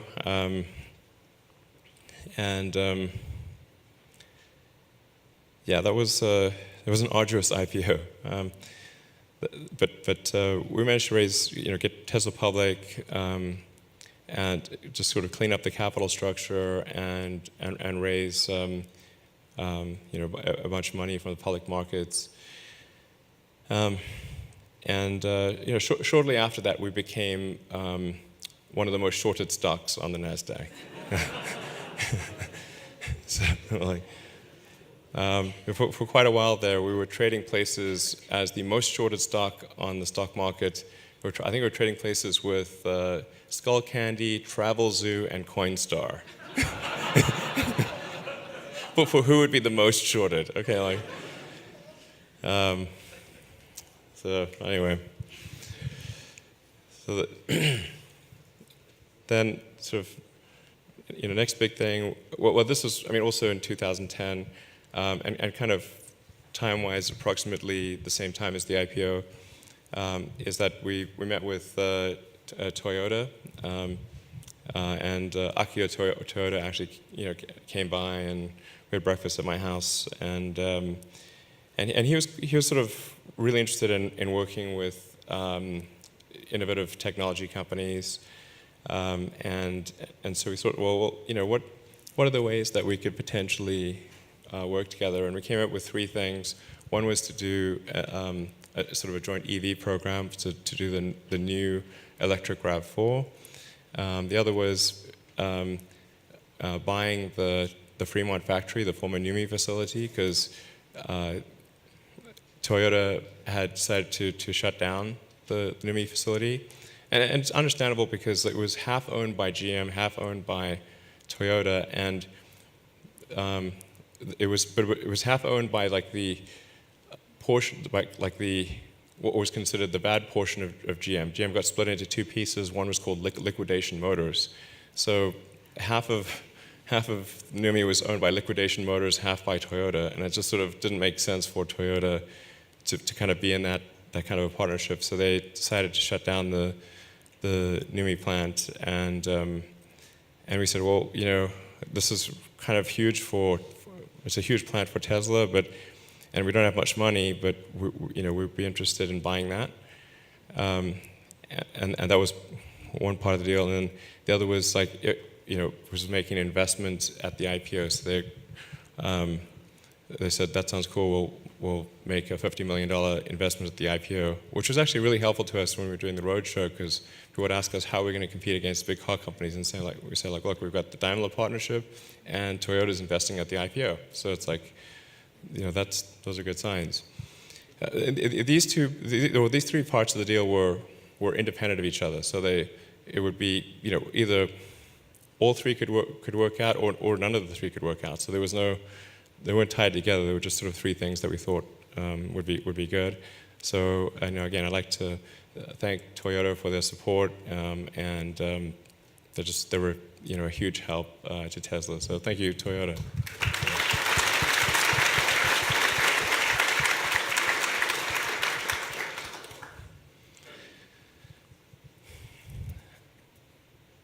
And then the Model S beta. So we finally produced a Model S that was, close to the production design, or very close, really. And we unveiled that to the public, and it was quite well received. And we had a lot of people who put down deposits on the car, and that gave us like a big boost of confidence. It's like, wow, people really like the car. It looks like we'll be able to sell enough to, pay for the cost of the factory and everything. And so that was, thank you for everyone for those that made those early purchase orders for the Model S. And again, without you, we wouldn't be around. So yeah. It wasn't quite as exciting as the Roadster, launch event, but it was close. There was definitely some serious drama at that first Model S, customer ride event that we had at Fremont, and I definitely remember a few crazy stories. I think at least one point we had one car, completely die with some huge firmware problem, and a thing we've done at all these launch events is we have a kind of a control center in the back somewhere hidden away with a bunch of engineers that can watch the cars via their wireless connection. And I remember this car that basically had a problem. Well, we opened all the doors and the trunk and the hood and everything and put it on display in front of everyone. And meanwhile, the engineers rewrote some of the motor control code in that car to ignore the sensors that had gone wrong and were the problem. So we put it into this kind of limp mode, and then got in and sort of very carefully drove it away at about 10 miles per hour, and it was great. Nobody ever knew there was any problem. We drove it back to the shop, and ultimately it was like one bad temperature sensor that had shorted out and caused this problem. But I think it was really amazing that we could, what we could do with this new software capability, because the Model S was the first time. This was the first time we had that ability to send new software to the car. So it was kind of foreshadowing, I think, how important this has become for the entire production fleet, even on that very first day when we were, giving the first rides to customers. Yep. So then on to Model S deliveries. You good? Thanks, Nancy.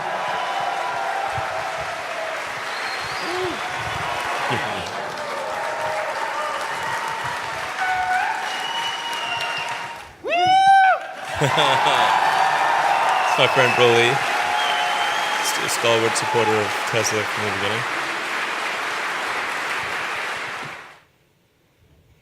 So that was a big milestone for the company, delivering the first production Model S's from the Fremont factory, where at the time we were occupying just a tiny corner. And I think that was definitely one of the most joyful experiences in the history of Tesla. It was a pretty awesome event. Yeah. Everyone was just, it's really, everyone had worked so hard for that time, and I think the whole company was there.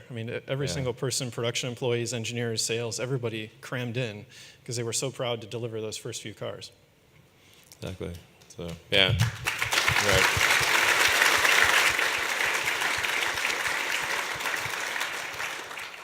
Right.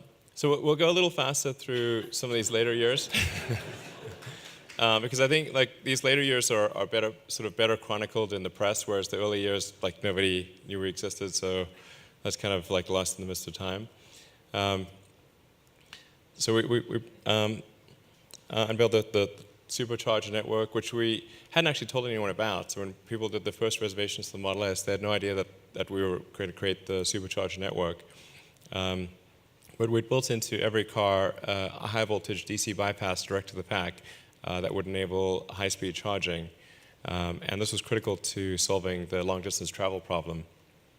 And we were certainly hoping that some other company or companies would create high-speed, convenient high-speed charging networks, but nobody did. So we're like, okay, well, we better do it. So yeah. Yeah, it was pretty crazy. I mean, we literally had teams of a few interns that we were sending out to different travel rest stops and trying to have them figure out where the good places to put these superchargers would be.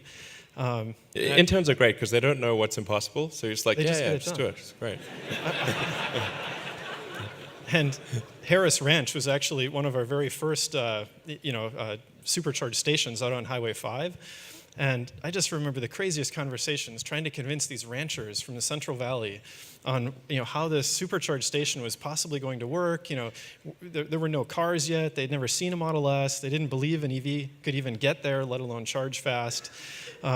It was fairly amazing how this all grew, and only 4 years ago. Yeah, we were kind of amazed that they worked, actually. We were like, hey, wow, it works. That's cool. Most of the time. So that ended up being fundamental to really just answering the question of, like, can I drive my car long distances? And what it really comes down to is freedom. Like, when you're buying a car, you're really buying freedom to go where you want to go. If you're constrained, if you're tethered to your charge location, you don't have the freedom. So the supercharger is really about making it freedom, giving you the freedom that you want when you buy a car, and then making it real easy and convenient to go wherever you want. And then paid off the DOE loan.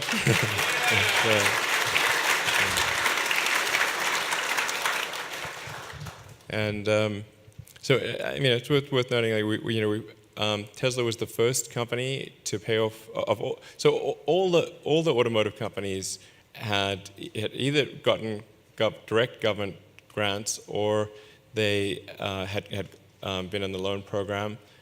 Tesla was the first company to pay off the DOE loan.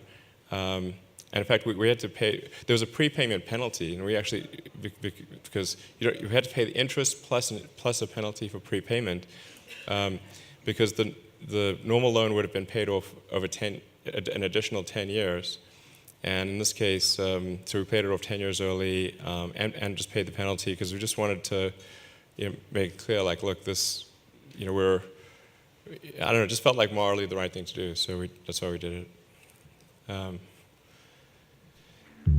And then that his goal wasn't to build the world's best electric car, but to build the world's best car that just happens to be electric. Tesla Model S. What's been achieved here for the first time is to create an electric car that truly is the best car of any kind. There we go.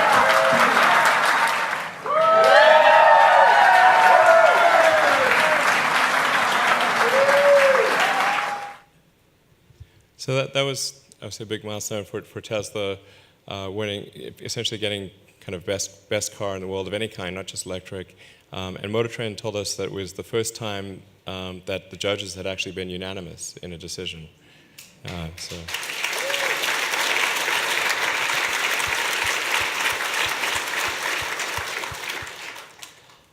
So then we actually had to manufacture these things.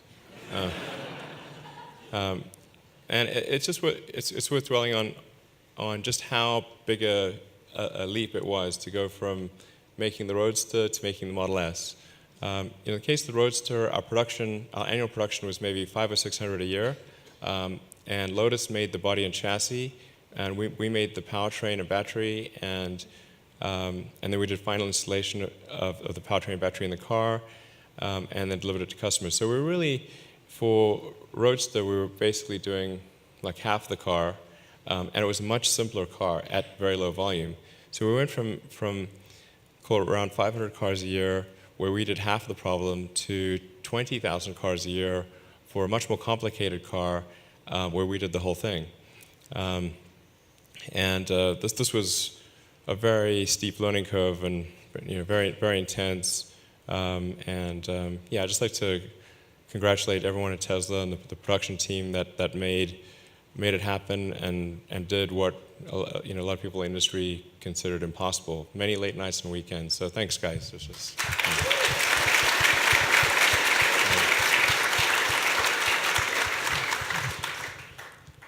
And something that we did, I think, at that time that was a bit unique is we had really all hands on deck. It wasn't that there was a factory operating smoothly somewhere and we just sort of sent them a car designed ready to go.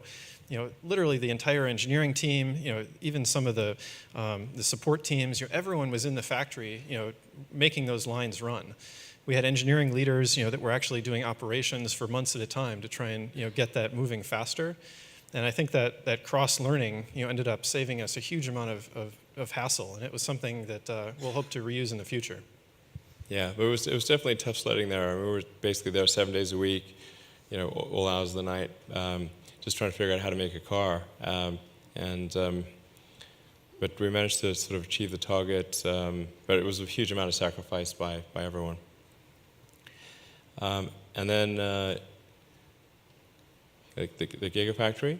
So we're thinking about okay, how do we go from Model S at 20,000 units a year, which is now sort of approximately 50,000 units a year, or with the Model X, almost 100,000 units a year. But we wanted to execute the goal from the beginning, which was to make a high volume, affordable electric car. And if you just do the basic math and say, okay, how many batteries do you need to do that? And if you have 500,000 cars a year and an average kilowatt hour level of 70, then you need 35 gigawatt hours. And that's just for the car. And then if you do, as we later talked about, stationary storage, then you need additional capacity on top of that. So now this is quite challenging because the total worldwide production of lithium-ion batteries of all kinds for phones, laptops, power drills, cars, everything was only 30 gigawatt hours. So we're like, okay, this math does not work. Obviously, we are not going to get every factory on Earth to just do our stuff. And even if they did, there still wouldn't be enough.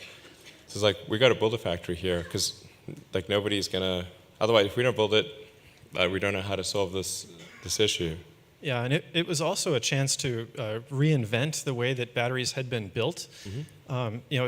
Up until this point, basically all lithium-ion factories were more or less run by consumer electronics companies. They were built in consumer electronics volumes and sort of with those methods.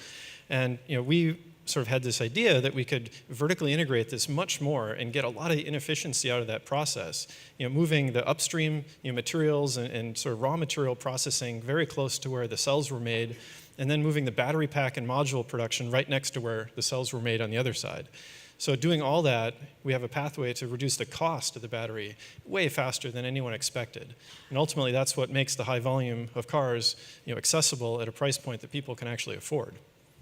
Yeah, and it's worth noting, sometimes people think Tesla's just using commodity, cylindrical cells meant for laptops, but this is actually not true. The standard laptop cell does not work well for an electric car. It has the same external form factor, but the internals are quite different from what would be used in a laptop. It just happens to look the same from the outside. Actually, in doing the Gigafactory, we wanted to reconsider even the external dimensions and did a first principles analysis of what would be most optimal and concluded that we needed to go from an 18 millimeter diameter to a 20 millimeter diameter and from a 65 millimeter height to a 70 millimeter height. And so that's the equipment that's really that's being installed at the Gigafactory, and that's the cell form factor we think is probably optimal. And this is in establishing the Gigafactory, this is where we first really started to think hard about the importance of building the machine that makes the machine. So how do we rethink cell production, battery module production, battery pack production, and production in general on a physics first principles basis to achieve the best possible outcome? Because we had to do that out of necessity for the Gigafactory. And then, as I'll talk about later, we're going to do that for the whole car. I should say, like, the initial expectations of the Gigafactory were about 35 gigawatt hours at the cell level and 50 gigawatt hours at the pack level. So we thought we would internally produce most of the cells, but still draw upon factories in other parts of the world to make up for the rest of the cell volume, so we could get to a 50 gigawatt hour level at the module and for modules and packs. And that incremental, as I said, to get to 500,000 cars a year, you only need 35 gigawatt hours, but the other 15 gigawatt hours was meant for stationary storage. Now, as we've gotten deeper and deeper into the Gigafactory design, oops, sorry, let me go back here. Let's release the Titan. If it goes back. Oh, sorry.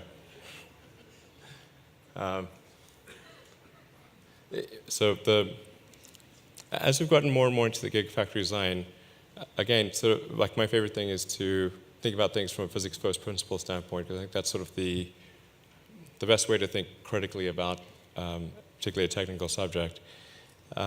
We've actually found that we can, theoretically in the same form factor as the Gigafactory. So I'm not saying that we will do 3 times, but within that form factor, within what you see there, which is sort of, try to be slightly romantic about it, which is like, it's designed sort of like a diamond and aligned with true north. But within that form factor, in principle, we could actually do triple the volume that we initially expected. Yeah.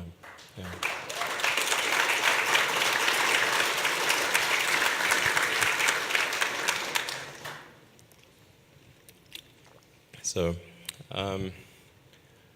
yeah, and we're going to have the Gigafactory party, opening party. Well, it's actually, the Gigafactory's been open for a while, but the party will be happening in July. Like I said, we throw a good party, so I think people are going to enjoy coming. And there's the dual motor all-wheel drive and autopilot.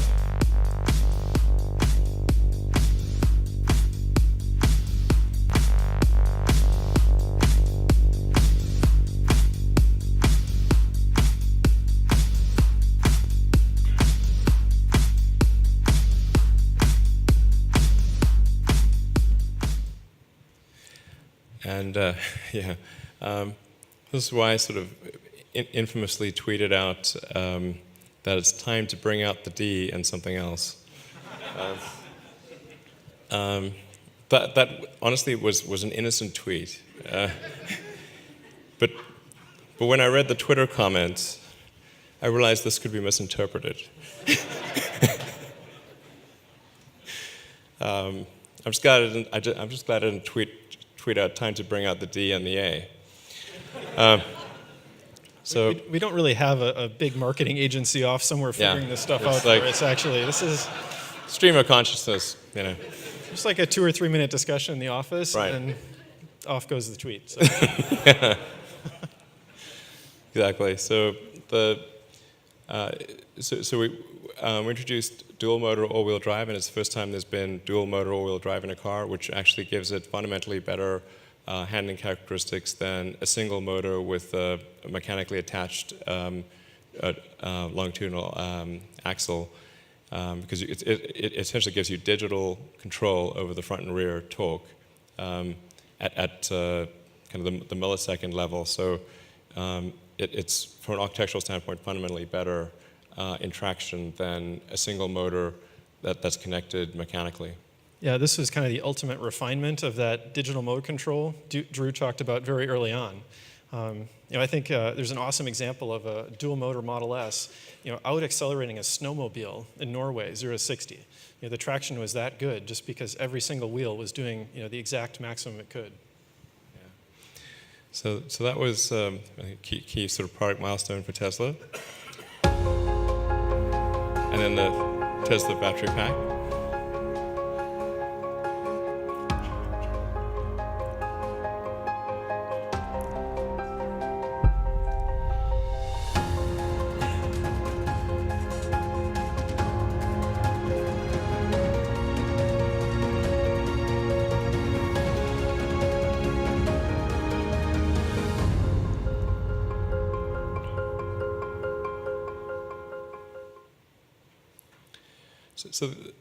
I mean, in order to solve the sustainable energy problem broadly, there are really three elements that are needed. You need to have sustainable transport, essentially electric transport.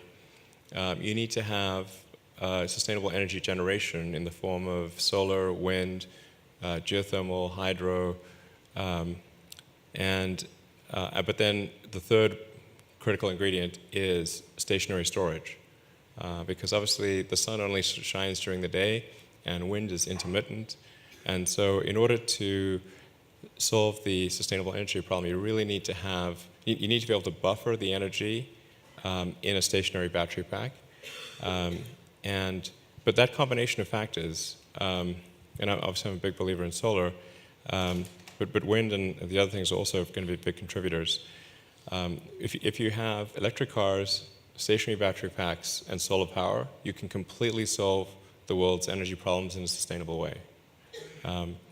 And so that's really what we wanted to convey with the launch of Tesla Energy and Powerwall and Powerpack version 1. And and this business is growing well. We're making those products actually at the Gigafactory today. They've been being built out there since December last year. And that little video ended with sort of a hypothetical drawing of a 50 megawatt hour field of power packs. And we're actually starting construction on a site that's almost identical to that in Hawaii in just a few weeks. So it's not just an animation anymore. That site is going to be powering a reasonable percentage of the peak load of the island of Kauai. And it's base load, solar energy. So it's providing that solar energy actually well into the night, way after the sun is set. And it's so exciting because it's actually cheaper than the fossil fueled energy that they would otherwise have to buy. So as soon as we get that installation up and running, it's an example, a case point that we can just continue to scale anywhere that it has that economic payback. So it's pretty exciting.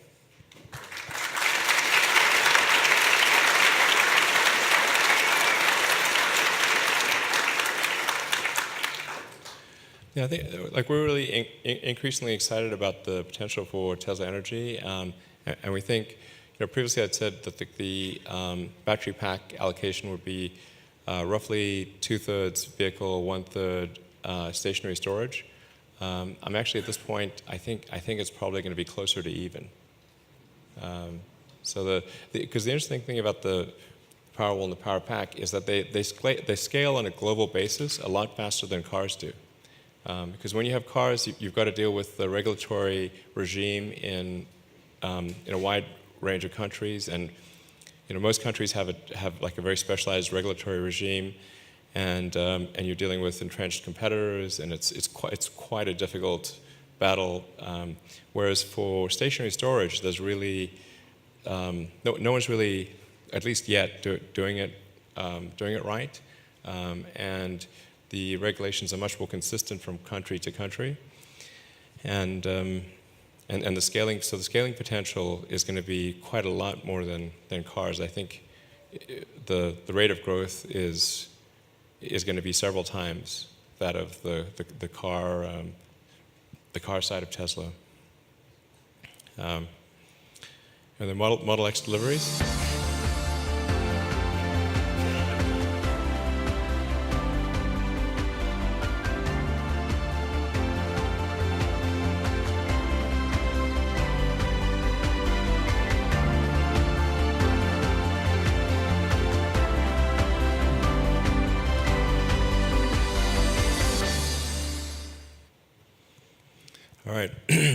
this program has been challenging. I think I particularly need to sort of fault myself here for, as I've said before, a fair bit of hubris in putting too much technology all at once into a product. And in retrospect, the right thing to do with the Model X would have been to take a lot of the really awesome, cool things, but kind of table them for a future version. So if I wind back the clock, I would say look,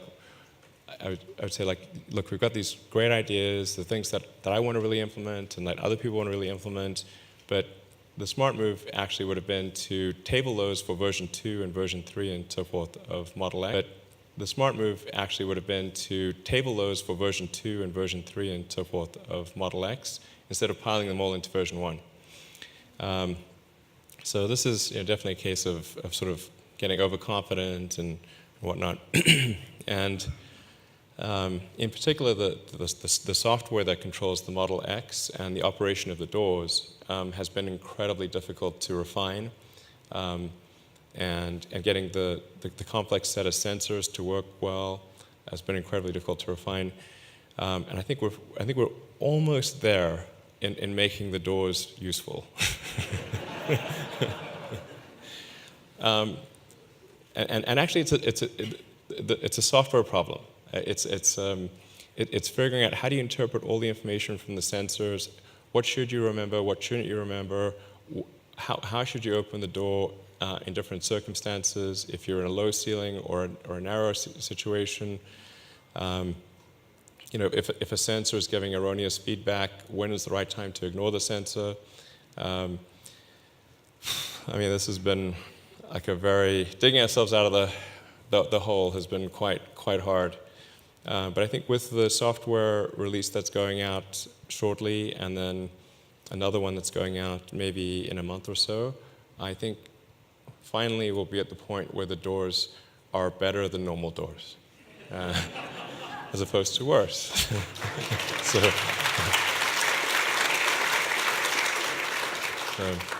So I think anyone who's considering buying a Model X, if you order a Model X, now or soon, trust me, you will love the doors, because the software will actually be right.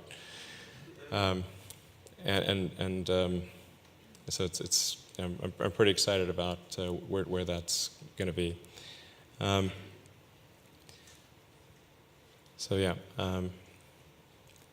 going to the Model 3 launch.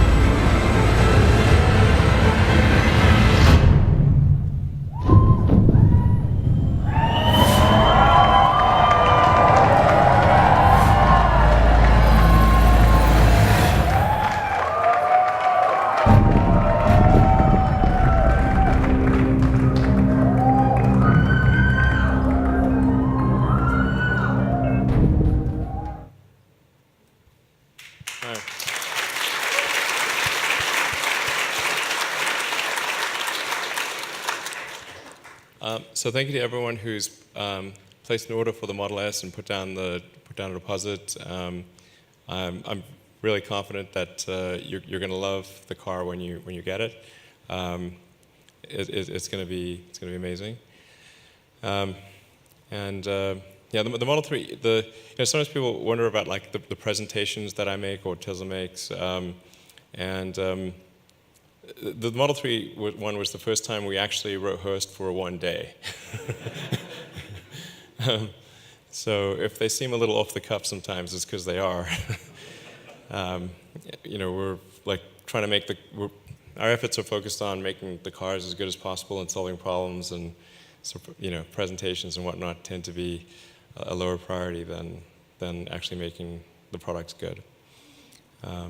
Yeah, and this is a car we're all just incredibly excited about. For many I think many people at Tesla, even those who have been there all the way from the beginning, this is the car we've wanted to build since the company was founded.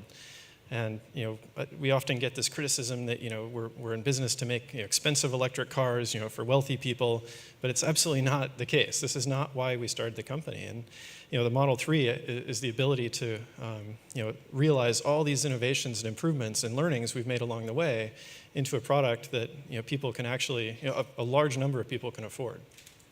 Exactly.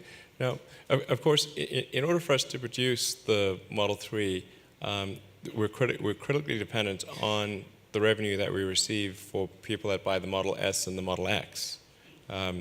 So it's real important to bear in mind, like the thing that is enabling the Model 3 to exist is fundamentally the people that are buying the Model S and the X today and historically. I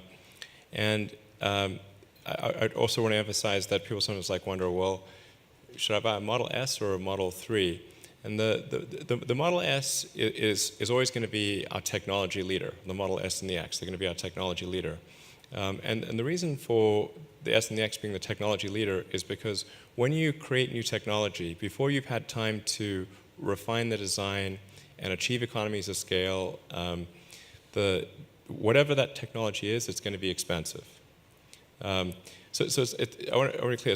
The reason S and X will have the S and X, the technology in the S and X will precede the 3 is not because we're trying to intentionally withhold it from the 3, but rather because it's fundamentally more expensive when you have new technology until you can do multiple design iterations and achieve economies of scale. So those that buy a Model S and X should know that they actually will be buying the most advanced car, and they will effectively be paying for that technology to then make its way to the Model 3. So that's the, some people aren't sure, is S or X better? Oh, sorry, is the Model S or the Model 3 better? The Model S is definitely, better. It's going to have the leading edge technology and all that. And then over time, that technology will make itself to the Model 3. Really appreciate those that are buying the S and X and enabling us to make the Model 3 and subsequent vehicles.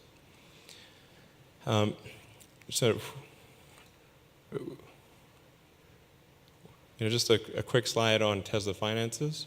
I won't spend a lot of time on this, but one of the criticisms we receive, particularly from certain quarters, is Tesla is basically just getting all these government subsidies, and that's the reason we're alive, and this is just not true. You can see that basically the money we receive from government relative to revenue and investments, and where it goes down in 2013, that's Tesla paying back the DOE loan. So the actual amount of money that Tesla has gotten from the government is a very tiny amount relative to what, so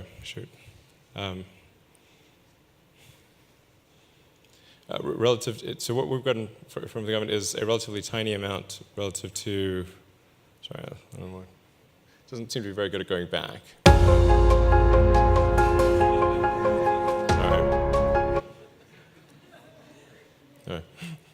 So the forward button works. So the amount that Tesla's actually received from the government is really quite small, and only a tiny proportion of what Tesla's received from investors and from selling vehicles.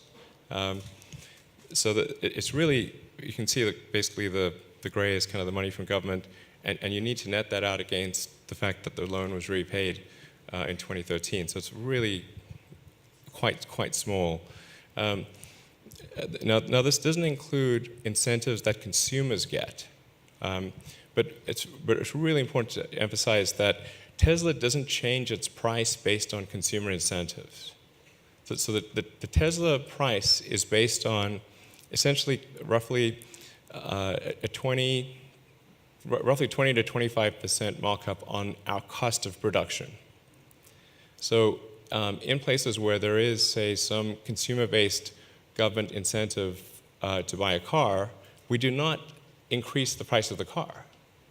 So then, you'll see sort of articles that are written by people whose, I think, motivations are sometimes questionable, that Tesla's received all this money because they'll add up consumer incentives and say Tesla's received the money, when in fact, of course, we have not. All it's done is reduce the price of the car to consumers, but we have not.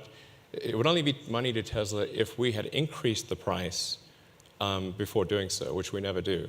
The Tesla price, and it's consistent worldwide, is just based on what is our car costing, and then we add, we aspire to add sort of roughly 25% on top of that, which has to cover, all of our sales costs and all of the overhead and the engineering and the R&D and future investments for future products.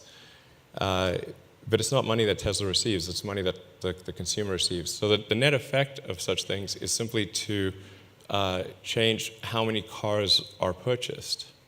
It changes the, how many cars are sold, but this is not money that comes to Tesla. Yeah. Yeah, and maybe it's also just worth mentioning the Gigafactory, because I think there's a perception, especially in Nevada, that Tesla just received over $1 billion in cash from the state of Nevada to somehow build that factory. And if you look at the bar in 2015 and 2016, it's tiny. Yeah, that's the amount that Tesla received so far from Nevada. It's like a tiny little thing. So we've received a total of $20 million from the state. And this is and the total investment to date from Tesla and from our strategic partners like Panasonic is on the order of $2 billion. So certainly it's helpful to have a 1% contribution from the state of Nevada. We appreciate that, but it is not it's not the difference between making the factory or not. The way it is portrayed in the media is as though Nevada wired Tesla $1.3 billion, which would have been actually quite nice. We wouldn't say no to that, except it's not true. Almost all of the Nevada incentive consists of alleviation of sales and use tax on factory equipment over 20 years. And by this is sales and use tax on equipment that wouldn't otherwise exist. So if the factory wasn't there, it's not like money they would have otherwise received, it's money they would never otherwise have received. They're giving away nothing. It was just basically bushes and desert. We have to buy the equipment, we have to install it and operate it and create the jobs all as per the plan in order to even have any of this incentive come back to Tesla. So yeah. It's 100% performance based. And it's over 20 years. And we only earn it over 20 years. In order for Tesla to earn that money over 20 years, the Gigafactory has to generate over $100 billion in revenue. So again, it's basically a 1% discount. It's helpful to have that, and it's not, it's appreciative to have that, but it's not. It's and obviously, if someone in the press were to write, Tesla receives 1% discount on Gigafactory, that would get no clicks, because it's lame. But that's actually the situation. And like I said, that Nevada doesn't, if we don't have that equipment, Nevada doesn't still pay us money. So it's a no-lose proposition for Nevada, and that's why I wrote a blog, titled "The House Always Wins." Okay, Nevada is very familiar with the House.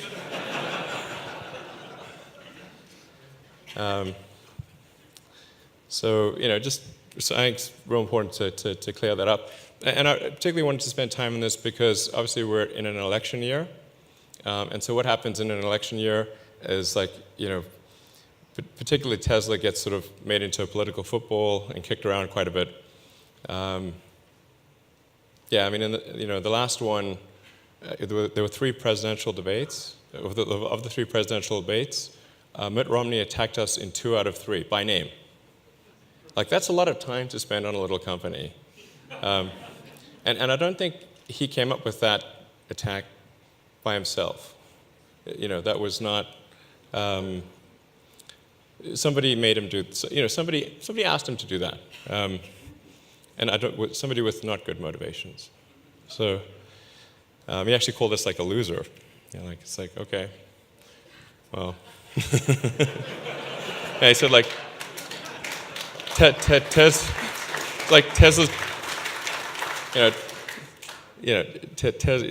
Tesla is like a loser of a company or something, and I mean, he got the object right, but not the subject.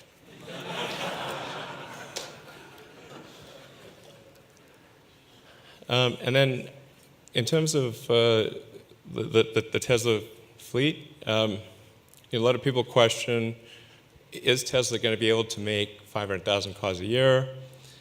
That's such a big jump from where we are right now. You know, we're hoping to sort of be at an annualized rate of somewhere between 80 to 100,000 cars a year by the end of this year. And so how do we go from there to 500,000 cars a year? And that's where I think it's important to just point out, like, we've made much bigger leaps than this in the past, going from 500 or 600 Roadsters a year to where we made half the car, to the Model S, to where we made 20,000 cars, and we made the whole car, and it was a much more complicated car. And you can see, essentially, going from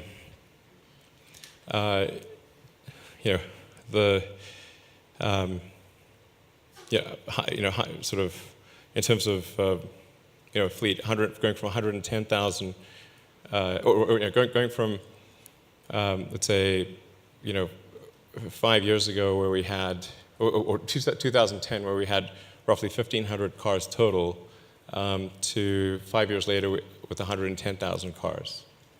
That's a pretty big leap. So I think it's certainly going to be a challenge with the Model 3. It's going to be hard, but it's, I think we've shown that the Tesla team is really dedicated, and that it's something we can make happen. And then particularly with thinking about the mistakes we've made in the past, where we've sort of overcomplicated products like the Model X, and if we're really making sure that we don't do that with the Model 3, and that we have a tight interaction loop between manufacturing and engineering and design, so that we design a car that is easy to make, and that if there are cool features, it's great. We'll table those to version 2, version 3, version 4. And maybe it's worth making another point, because sometimes people ask me, like, when should I buy like a Model S or a Model X? And it's like, are you going to make an improved version? I'm like, of course.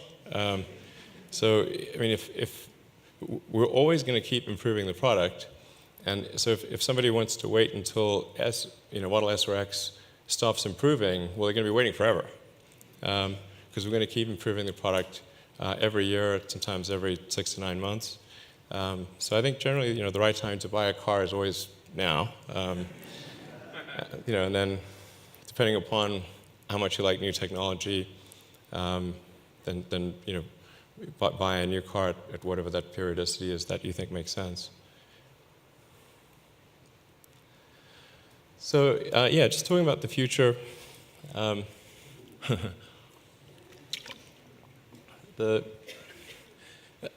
think the most important point I want to make is that,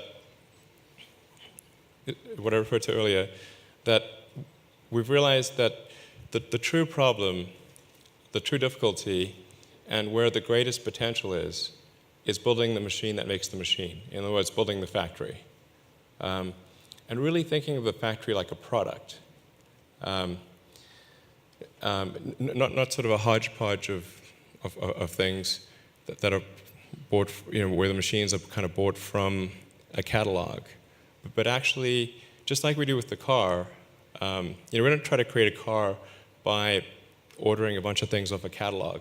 We design the car the way it should be, and then we make, either we or with working with suppliers, make all of those individual components. And there's almost nothing in a Model S that's in any other car. And I think the same approach is the right approach to take when building the machine maker, the factory. I actually think that the potential for improvement in the machine that makes the machine is a factor of 10 greater than the potential on the car side. I think maybe more than a factor of 10.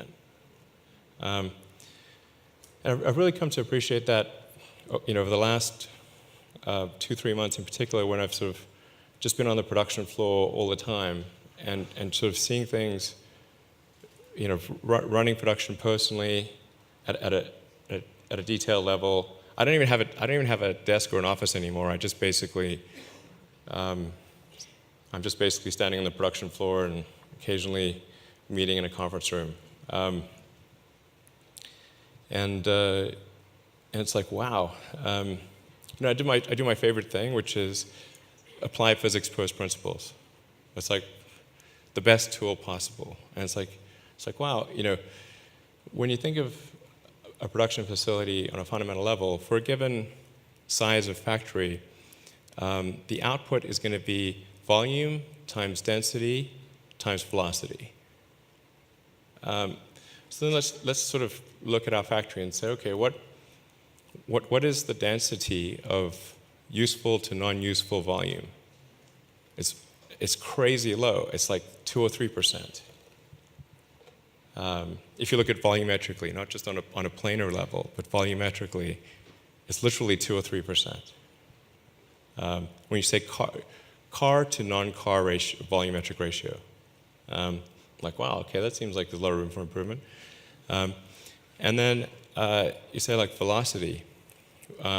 What is a reasonable expectation for the exit velocity of vehicles from the factory? And at first you may think that, say, some of these advanced car factories around the world are very good at making cars, and they may make a car every 25 seconds. And that sounds fast, but actually, if you say, well, the length of the car plus some buffer space is approximately 5 meters, and so it's taking 25 seconds to move 5 meters. Okay, that's 0.2 meters per second.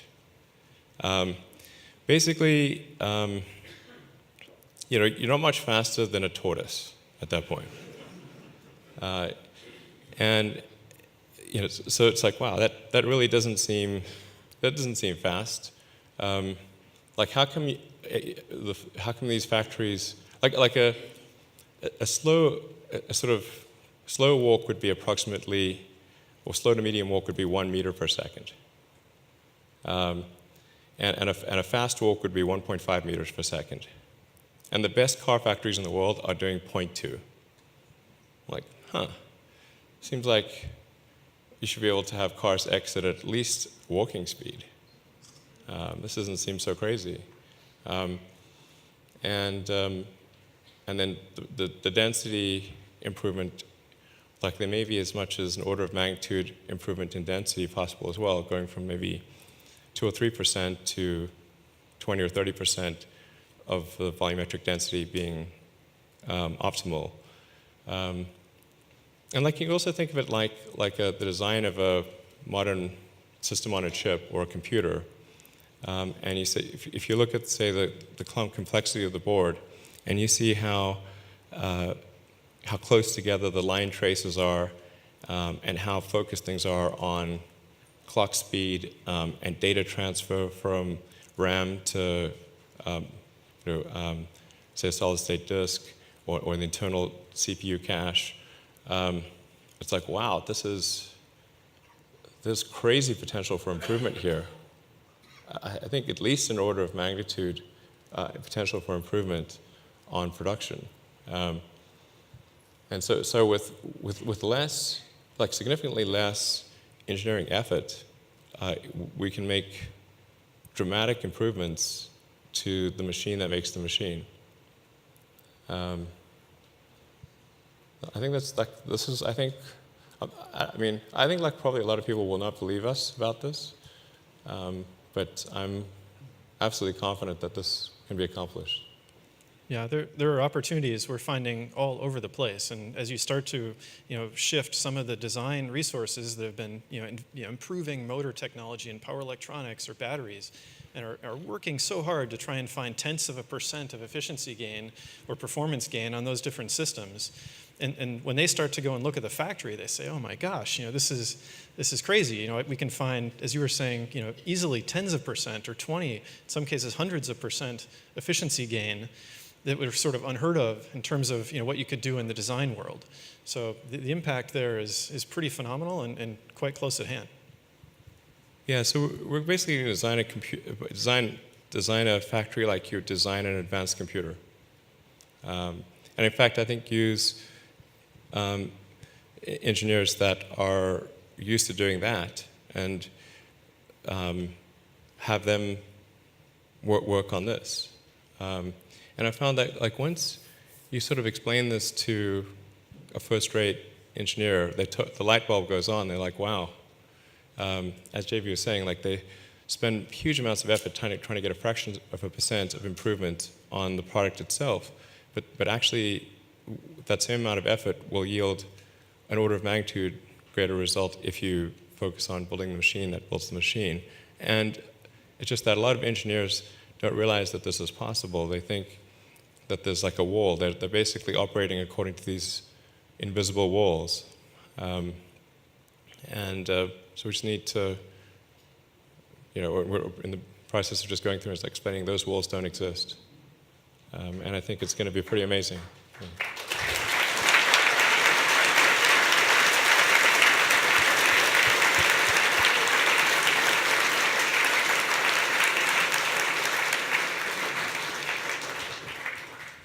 So just thank you to everyone who's a shareholder and to our customers and the Tesla team.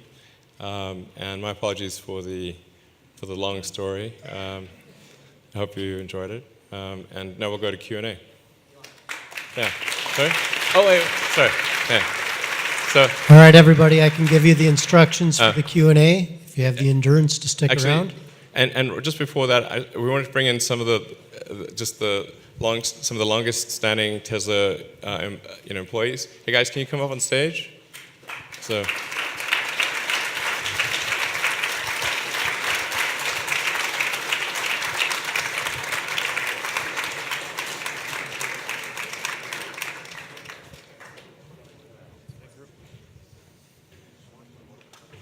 these are just people that have been with the company for on the order of a decade. And just we're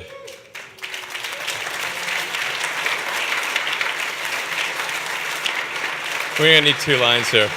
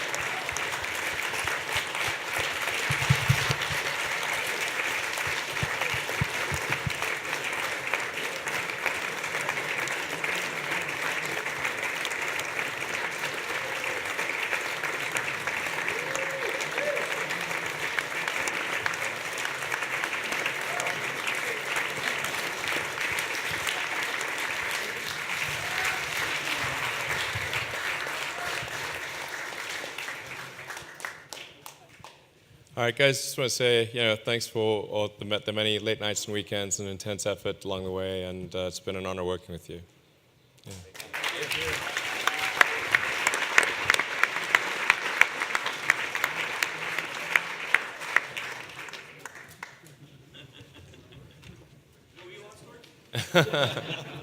All right, so we'll jump right into Q&A. Okay, I'd like to give the instructions for the Q&A. It looks like most of you know how this works. We queue up behind the mic stands on both sides of the room. We'll take as many questions as we all have endurance to answer or hear the answers to. And I ask you to state your name, and please restrict yourselves to one question so we can be respectful of everybody in the line. Okay? Oh, okay. I'm Mark Peters. One question and one suggestion. Real quick, we need to sell a lot of Teslas, obviously, between now and the Model 3 arrival. And my wife and I are doing our part. We're on our 4th and 5th Model S's, and our 3rd one's going to my brother. So we're keeping it all in the family and trying to fill the world with Teslas.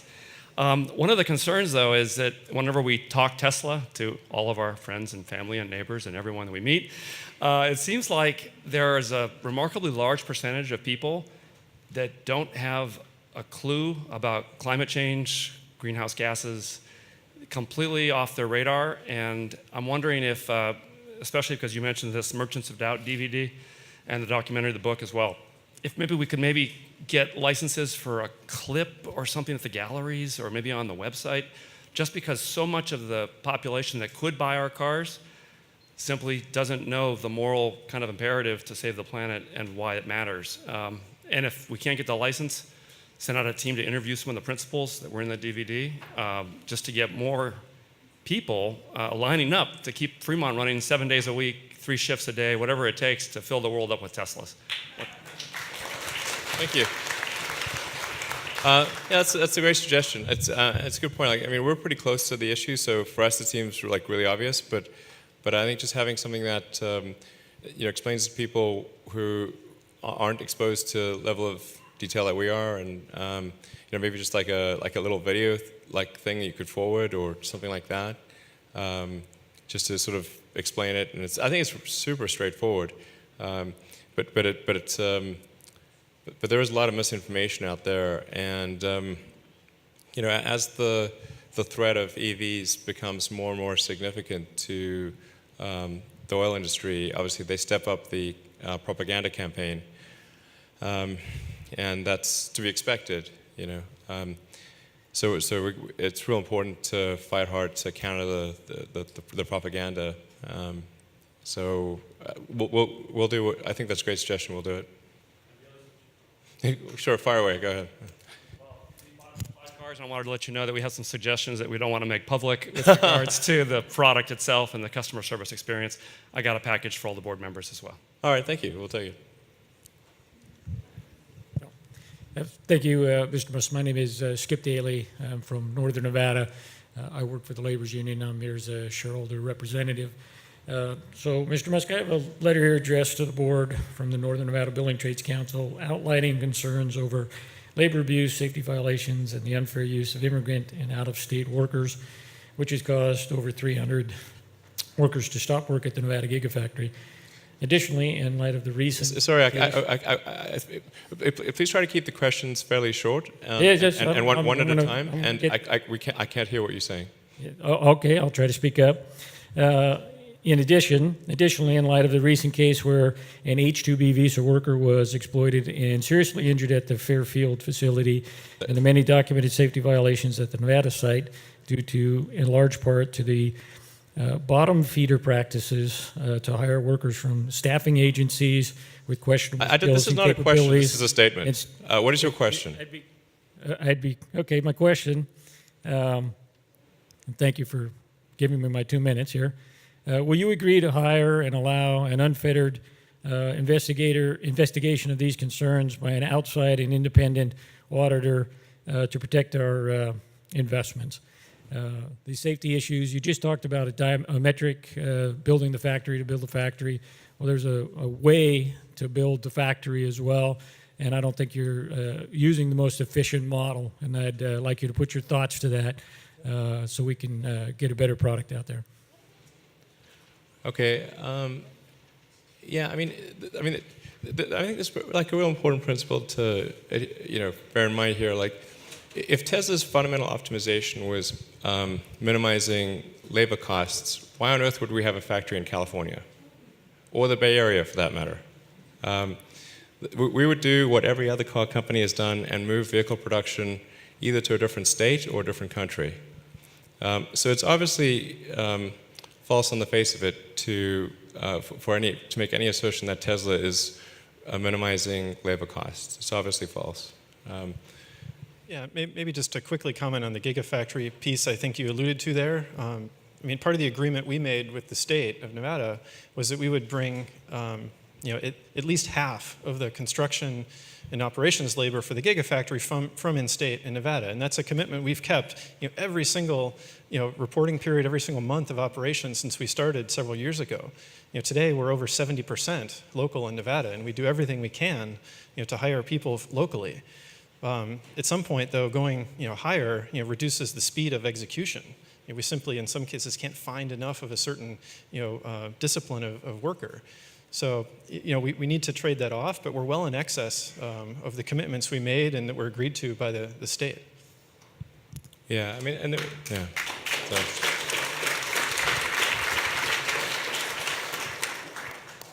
Hi, my name is Hayden, and I'm a shareholder.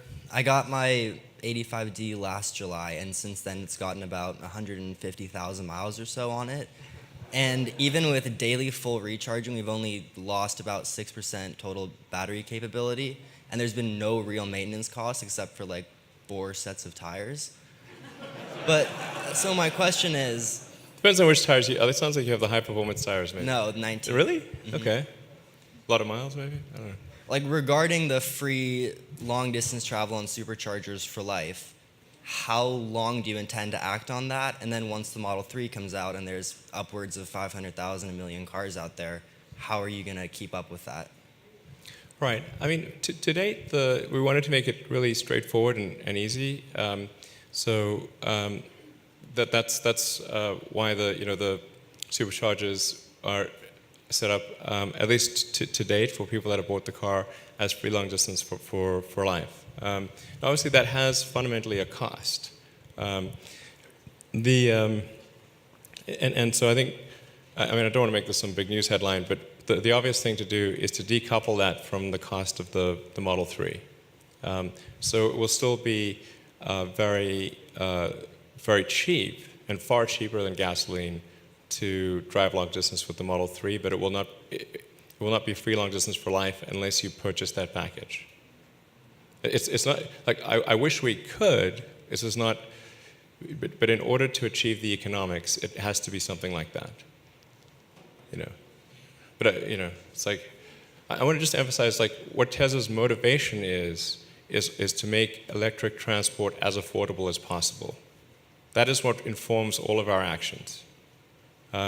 So if we do something and we charge for this or charge for that, it is not because we want to make things more expensive. It is because we can't figure out how to make it less expensive. That's all.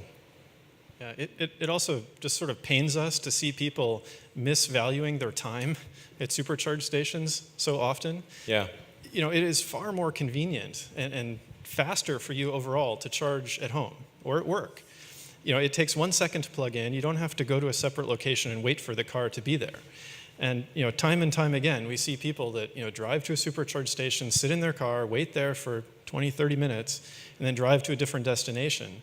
And if they do the math on the value of their time, it makes no sense.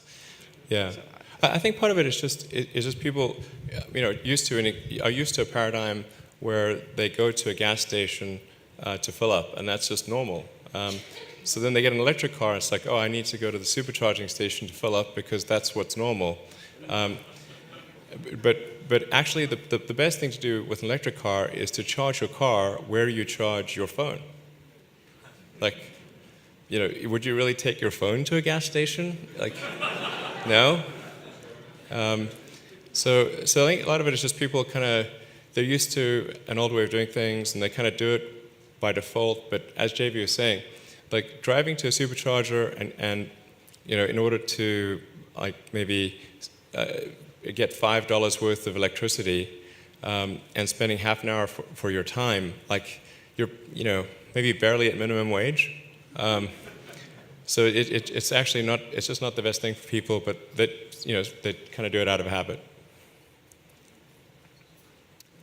Hi, my name is Emmett Peppers. I'm a long-term investor and product enthusiast. I have an S and a signature X. By the way, Stephen Bainbridge at your San Rafael Service Center has been excellent in taking care of a few minor kinks with the X.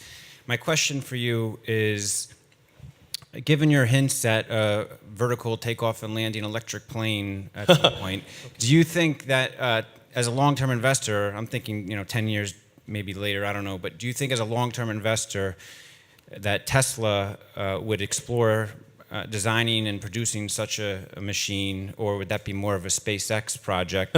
And well, I think we're getting a little off topic here. Okay. But, well, I'm a long-term investor. I'm just trying to okay. think 10 years plus out, and what could happen.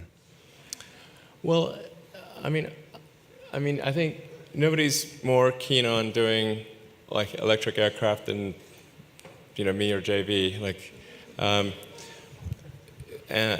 But we need to stay focused on like the primary mission of electric cars, and the energy density of batteries is not yet ideal for aircraft. Like we need still to make more progress on for the energy density of batteries, so the gravimetric energy density, before aircraft really start to become compelling relative to kerosene-fueled aircraft or petroleum-based aircraft.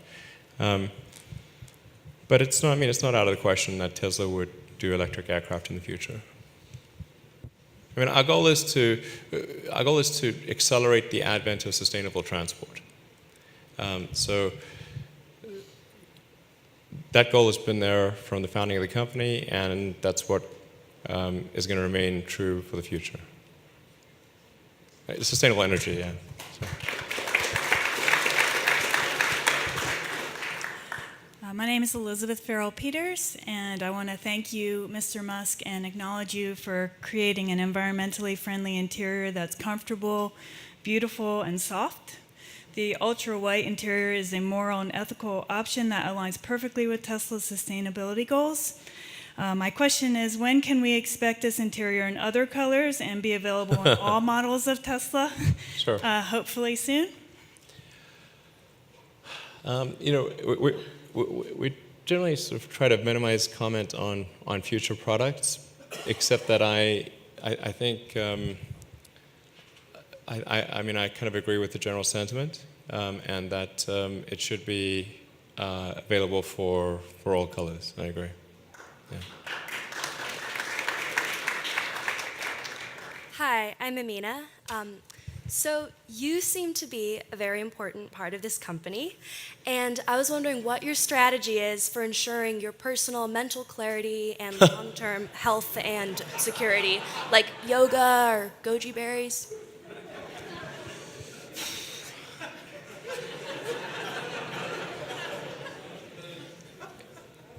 I'm probably not engaging in a set of actions likely to maximize my lifespan.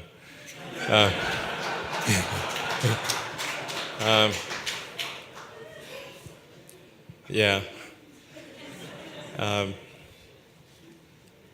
don't know. I mean, I do think like at this time, I'm in all the history of Tesla, this is the most excited I've actually been about the future of the company, and I think that sort of excitement is just a powerful driver and makes me want to get up in the morning and come to work.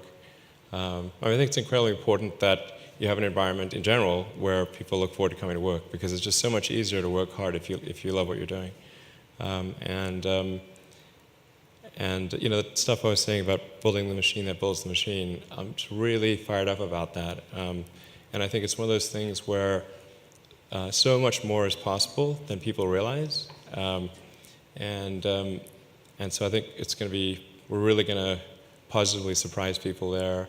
I'm really excited about spending time on that, and JV is, and the rest of the team are. So I think, I'm feeling pretty fired up actually. Yeah. Thanks for asking.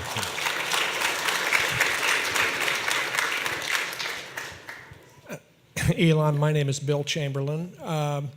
I recall 4 years ago you said that the new owners of Model S would not be disappointed. I can tell you that I am so not disappointed in my signature Model S that it now has a twin in my garage. So now we have somewhere between 100 to 160 kilowatt hours of storage sitting in the garage. I'd like to buy a power wall, but that only has 7 kilowatt hours of storage. Mm-hmm. And I'm wondering whether there can't be, at some point, a connection so that you could trickle charge the power wall and keep the house secure for a lot longer than the few hours that the power wall would currently take care of. Do you mean connect the car to the? Yes. And maybe if this isn't possible for the current cars, I guess I would just say that I think it would be a useful thing to do for the future, because I think then people will both have an incentive to buy a Powerwall since they have the car, or if they have the Powerwall, they'll see that they should be buying a Tesla so that they can have that extended energy use. Yeah, it's definitely something we've discussed internally, and we've talked about that. And one of the main missions for the Powerwall is to cycle very often, every single day. And a secondary benefit it's really helpful is to be able to provide backup power in an outage. But that really isn't the only reason we would create the product. And when you connect your car to your house, you're mainly solving or improving the backup power situation. It's not something where you buy a Model S and park it in the garage and never drive it, obviously. So that's part of why we didn't focus that much on that particular problem. And also the characteristics of the batteries in the car, make it such that if you wanted to do that very repeated cycling, it's not really designed for it. So the Powerwall is dedicated in its design, to cycle daily and to do that for 10 plus years. Yeah, the car is designed to cycle essentially weekly. Right. So it's an order of magnitude difference. It's something that sort of intuitively makes sense, and actually in the very, very early days of the Roadster prototypes, you could do that. You could actually power, it could send power both ways. And then for reasons that JB mentioned, we decided okay, that's probably not a good thing. And it's also tricky because if there's unexpected backdriving of power from the car, it can create electrocution risks and do things that people aren't expecting. And so then you get into a separate regulatory regime where the car is driving power into the house. And this gets very complicated, particularly as you go to different jurisdictions and different permitting environments. So we think, and then of course, if you want to be able to use your car and your house at the same time. And so if power goes away for the house when you drive, then probably the rest of your family will be upset about that. So I think it really is kind of a three-part problem of sustainable power generation, storage, and car. My name is Aaron McCall Stanley. I work in the Presidio, or as I like to refer to it, Starfleet, and I was going to ask about planes and spaceships and the battery power you were going to do for that. But instead, since I'm a cook, the gentleman that asked about the coming to fill up at your stations and you saw a higher value of their time somewhere else, seeing this room full of people, obviously we all seem to value coming here and meeting you and meeting the other people that are vested in this adventure. Don't you think it would behoove you to have a destination of the supercharger stations with a restaurant or something to engage them while they're charging? Well, we actually have a whole program we call Destination Chargers. It's well named. And these are basically AC chargers that we install at hotels or restaurants or other points of interest, parks, museums, things like that. And we actually have more of those now than we do supercharge connections. They don't get publicized as much, but you can find them on the Find Us page on our website. And it's phenomenally useful if you're taking a road trip using superchargers to get somewhere, and then you want to decide where do you stop at the end of your road trip so you can charge and have your car plugged in even when you're at your hotel or wherever it is you're going. So that we designed those two systems to work in parallel with each other so that they could have a synergy. Thanks. Hello, everyone. And if we really want to try to get to everyone's questions, so if I could ask you to try to state the question quickly, and we definitely want to try to get to as many people as possible. Yeah, I've reduced this from about 2 minutes to 30 seconds. Okay, great, thanks. My name is Ron Freund. I'm the vice president of the Social Equity Group, which is a socially responsible investment firm in the Bay Area. By the way, we had no idea how popular you are. When you came in, I thought for sure, maybe, is that Steph Curry behind him? Anyway, we own shares of Tesla, and we also share the vision of sustainability that the company represents. But we are very concerned about the upcoming election. Yeah, it's definitely going to be, we're going to get beaten up. One of the candidates is committed to the fossil age. Yes. And I'd like to get your comments on the implications of that. And secondly, we would like to further, in the interest of transparency, if you'd be willing to post on your website what your political contributions policy is and whether you could disclose the contributions and make that, shine some solar light on that subject. Thank you. Sure. Well, I mean, actually, all my contributions are public. You can actually Google them right now. I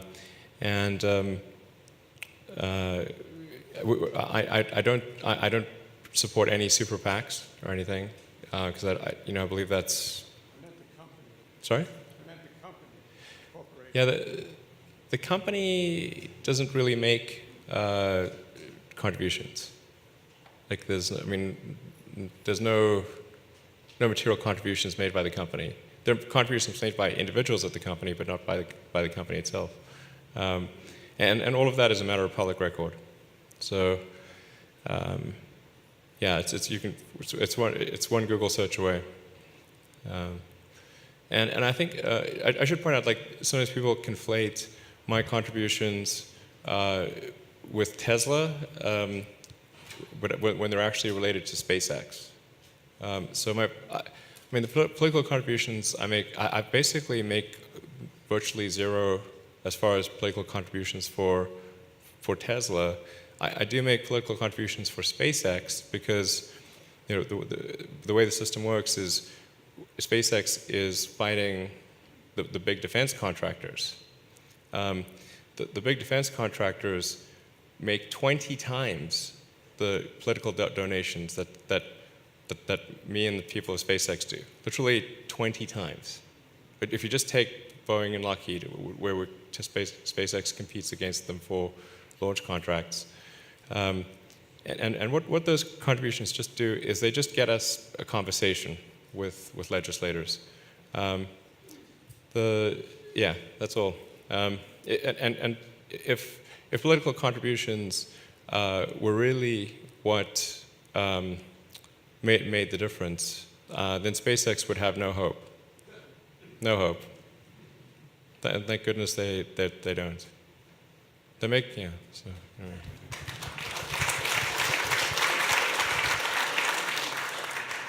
My name is Steve Kastner. I am an IPO investor and owner of Roadster number 33, delivered in October of 2008. So I appreciate the early history that you were talking about.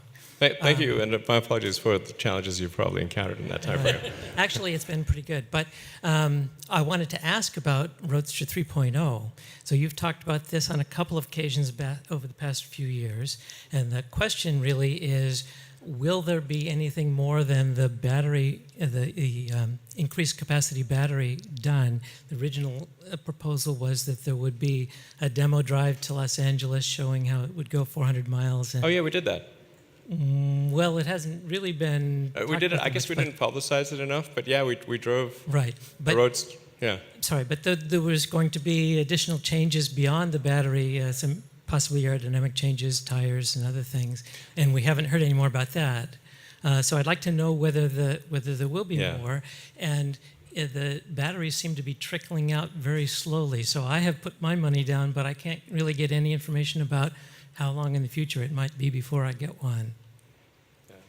Well, I guess I can talk to the battery, rate question first. We have a pretty limited production capacity. This is using some very old Roadster equipment, some of that same equipment Jason alluded to in the morning, or a little bit earlier. And we can right now build a few battery packs a week, something like 3, 4, 5-ish battery packs a week. Or I should say retrofit, because we take back the old battery pack and then we retrofit it completely into a new battery pack. And I'm sorry we don't have more information that's gotten to you. I can follow up on that, but it shouldn't take that long. It should perhaps be on the order of maybe a few months of wait time for someone in queue now to get that retrofit done. And the tires, we have the tires, right? The tires, we did find a new set of tires, but we've been working on finding the right set of trade-offs. Some people certainly still want great handling as well as efficiency, and we have a few options, but we haven't really publicized that very dramatically. And the number of people that have been interested in some of these upgrades has been a little bit lower. But I can follow up with you separately and see if those tires are something that would be of interest to you. Yeah, I think the main thing is the battery pack makes a huge difference. Yeah, we were able to drive all the way from the Bay Area to LA on a single charge with the Roadster. And I guess we didn't publicize it enough, but I think that's a pretty cool milestone. Hi, my name is Danielle Quillisi, and I have a future design question, which you're not going to be thrilled about, but I want to ask anyway. And I'm not ungrateful because I love all the designs you've ever done, but I'm wondering if there's any demand that you're hearing about for something between like a Roadster and a sedan, a convertible sedan, 2 cramped back seats, anything like that in the works? I mean, it's always tricky for us to comment on future product roadmaps. Except to say that in the future you can expect a wide range of vehicles from Tesla.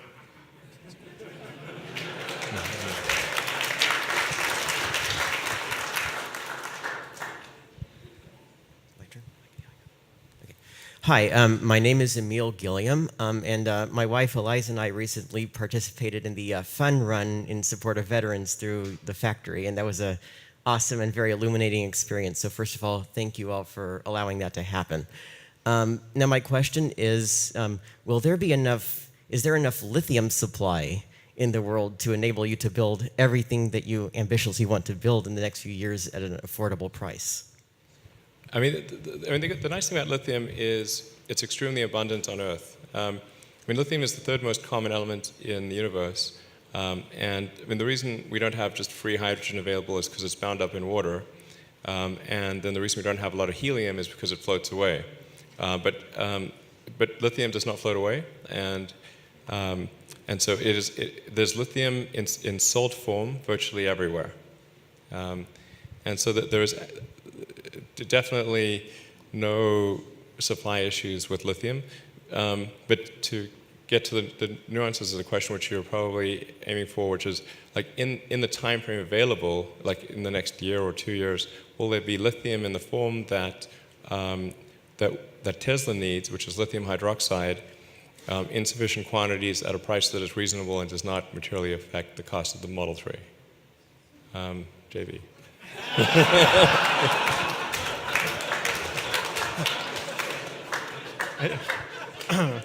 I didn't see that one coming.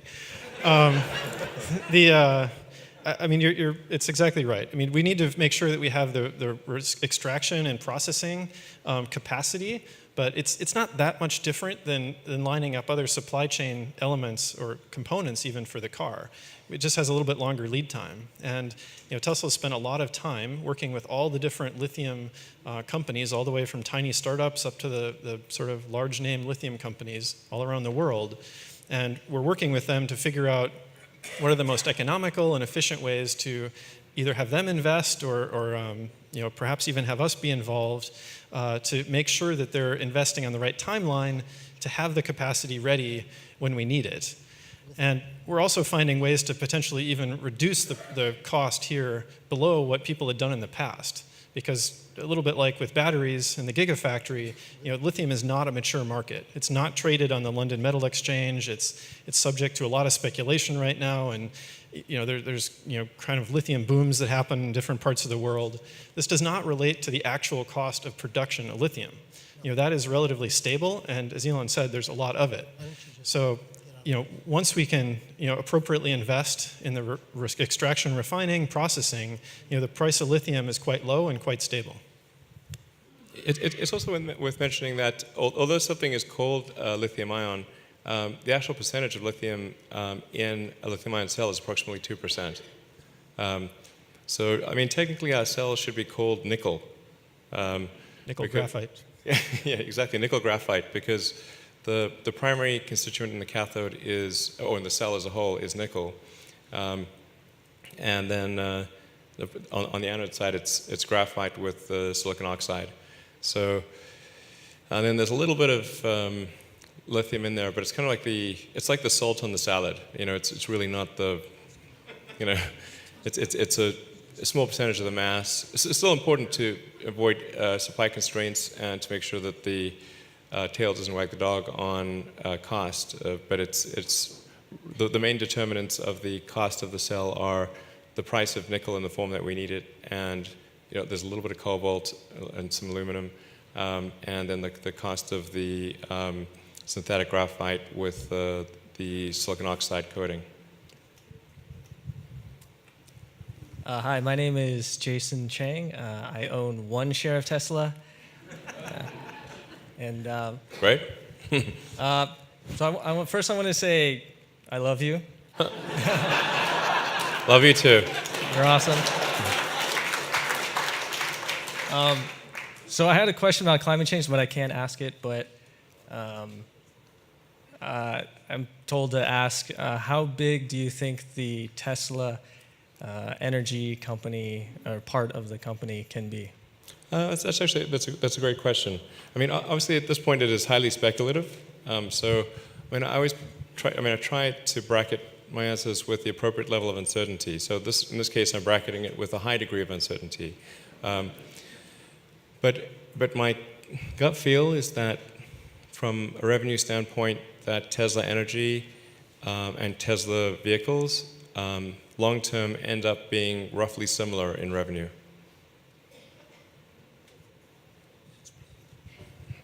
Sheldon K. Hi.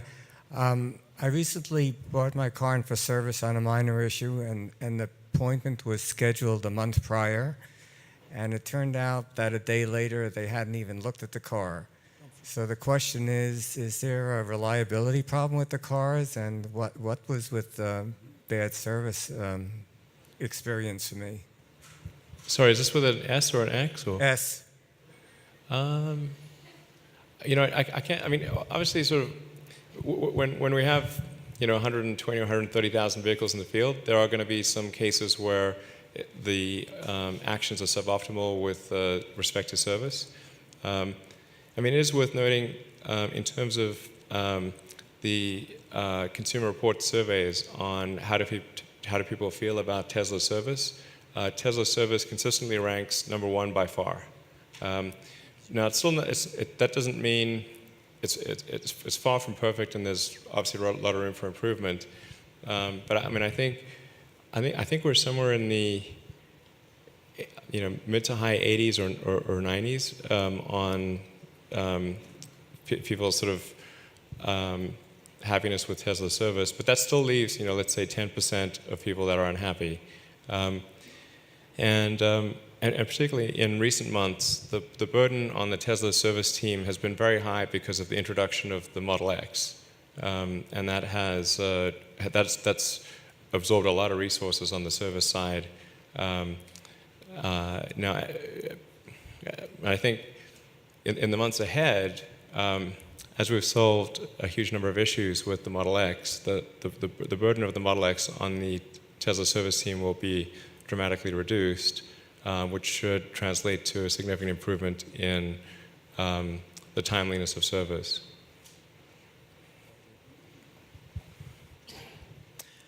Hi, my name is Chris Waywitz, shareholder and Model S owner.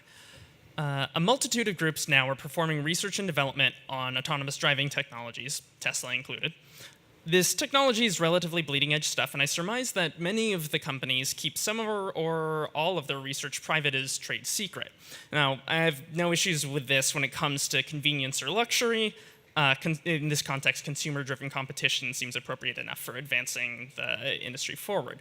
But when it comes to autonomous driving safety, technical merits and flaws are difficult for the average consumer to assess unless they're like highly technical engineers, both before and after the purchase. If you never get in a serious accident, I mean, like, how can you give it less than 5 stars there?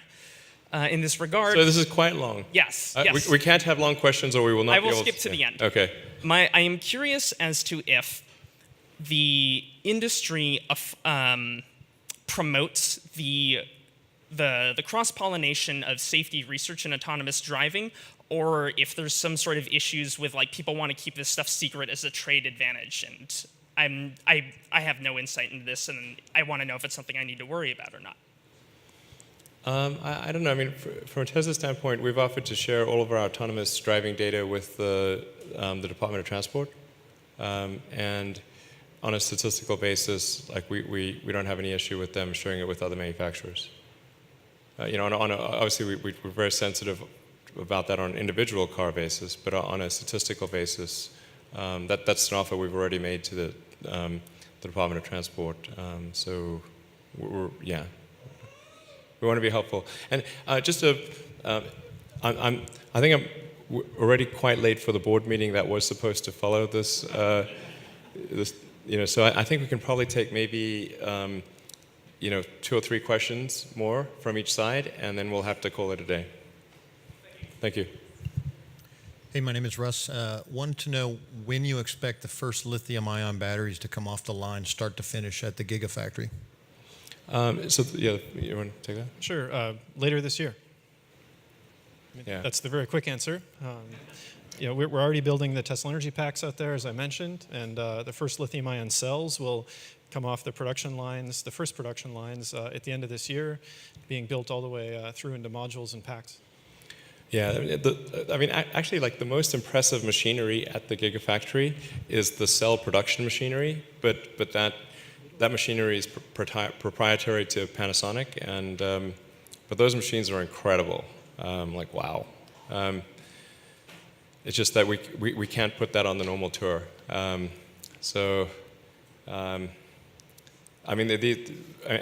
we've actually worked closely with Panasonic on the production system, and again, applying physics first principles to saying what is the actual potential and density and volume to improve the production rate of cells with a given set of equipment.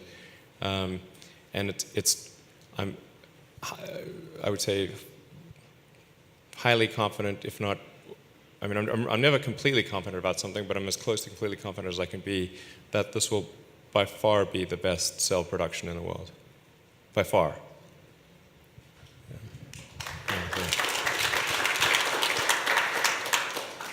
Hello, my name is Gerard Dumuk. Firefighters throughout the Bay Area train regularly in vehicle extrication. In recent years, with more Teslas on the road, it's inevitable that I may be called upon to extricate a victim from one of your vehicles. Myself and many peers have not yet been trained or offered information as to how to extricate people that's safe for both the victim and the rescuer.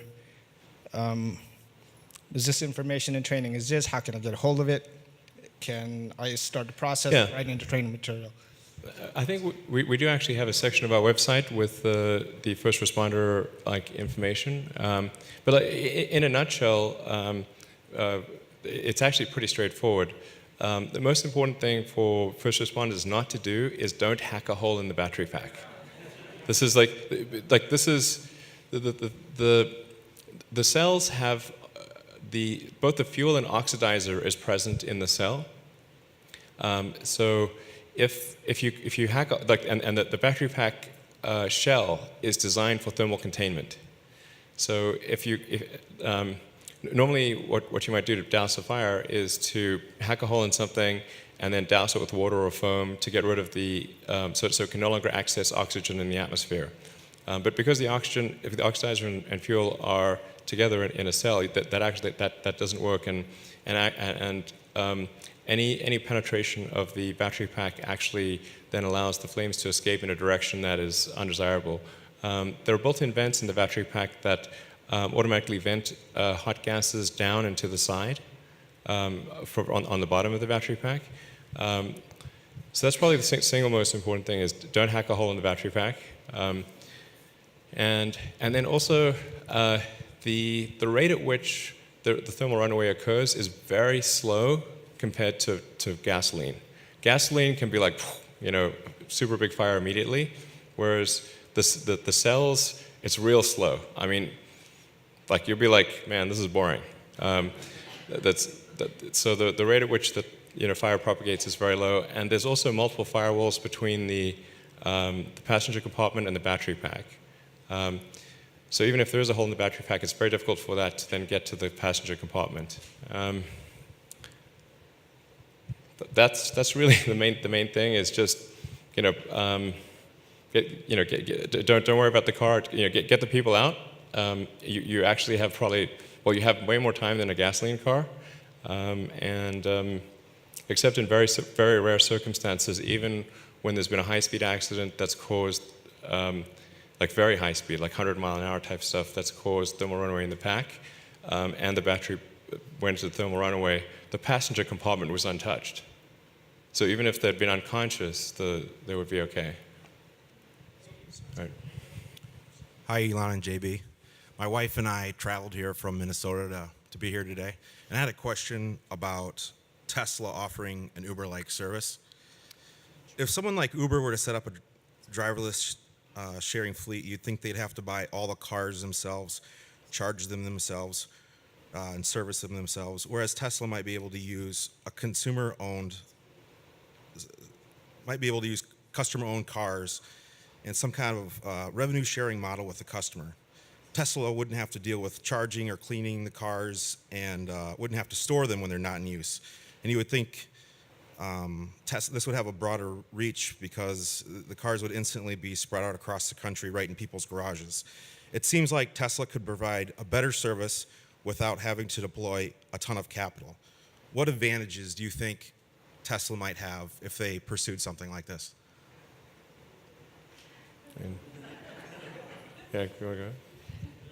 Well, I think that's interesting, insightful question. We've hinted about our long-term thinking along those lines a few times in the past, but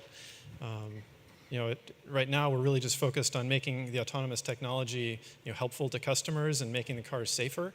So that's really where all of our attention from the Autopilot teams is today, is just heads down, making sure that we really deliver value to the customers today, and primarily that's coming in safety and convenience for the owner.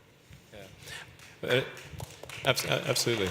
And it's worth noting, this is sort of inevitable, but you see every now and again some article about how Autopilot caused an accident or didn't prevent an accident. But the important thing to appreciate is autonomy doesn't mean there are no accidents. It just means there are fewer accidents than if it was in manual mode. That's really the important thing. As long as the probability of injury has decreased, even if there are still injuries, although I'm actually not aware of any injuries that have actually been caused by Autopilot, as long as it is on a probabilistic basis safer, and lives are saved and injuries are reduced, it is still better to introduce autonomous functionality. The data we see is very, very promising and very positive in the direction of improved autonomy. So we'll just take maybe two more from each side, and well, the board's been waiting for an hour. If you got something real important, we can do it maybe, but just bear in mind, the board's been waiting for an hour, and then that we have an all-hands meeting back at Tesla that's been waiting for about the same period of time, or will be delayed by the same period of time. I wish there was infinite time. People sometimes assume that we have like unlimited time, but it's like not true. So, yeah, sorry, fire away. Okay. My name is Jonathan Fiamore. There's this new research at UCI that says that if you rub the nanowires on the lithium batteries with propylene carbonate, you can increase the shelf life by 100-fold on the batteries. Yeah, that's not true. Okay. Yeah, the amount of BS that's in batteries is ridiculous. You can basically believe maybe 1% of what you read about batteries. Yeah, maybe 1%. Mr. Musk, my name is Christina Reese, and I have a question about destination charging. I'm from the Midwest, where we don't have a ton of the destination chargers yet. My in-laws are farmers, so we're driving 2 little toddlers to lots of rural areas. And so I wondered selfishly if you would ever think it'd be possible to allow destinations to have the option to charge people to get their electricity in order to incentivize more places to participate. I was thinking maybe they could set a rate, just some reasonable fee that would motivate them to get involved. I would think that a destination like a McDonald's, we pass lots of them to visit the in-laws, that they'd be less likely to offer charging if the 50 cents worth of electricity that the customer gets could be the entire profit McDonald's would make, say, off that customer's meal. Yeah, I think we don't have any issue with somebody offering destination charging and asking people to pay for it. That's totally cool. We have no rule that prevents that. So if somebody wants to, get a high-power wall connector and charge people to use it, that's fine with us. No problem. Yeah, in some cases today they're in parking lots that cost money to park in the lot. So actually the parking space is usually more valuable than the electricity. Yeah, true. Exactly. Like if you're in, in like a lot of malls, it's actually your per hour parking charge is much greater than the electricity. So.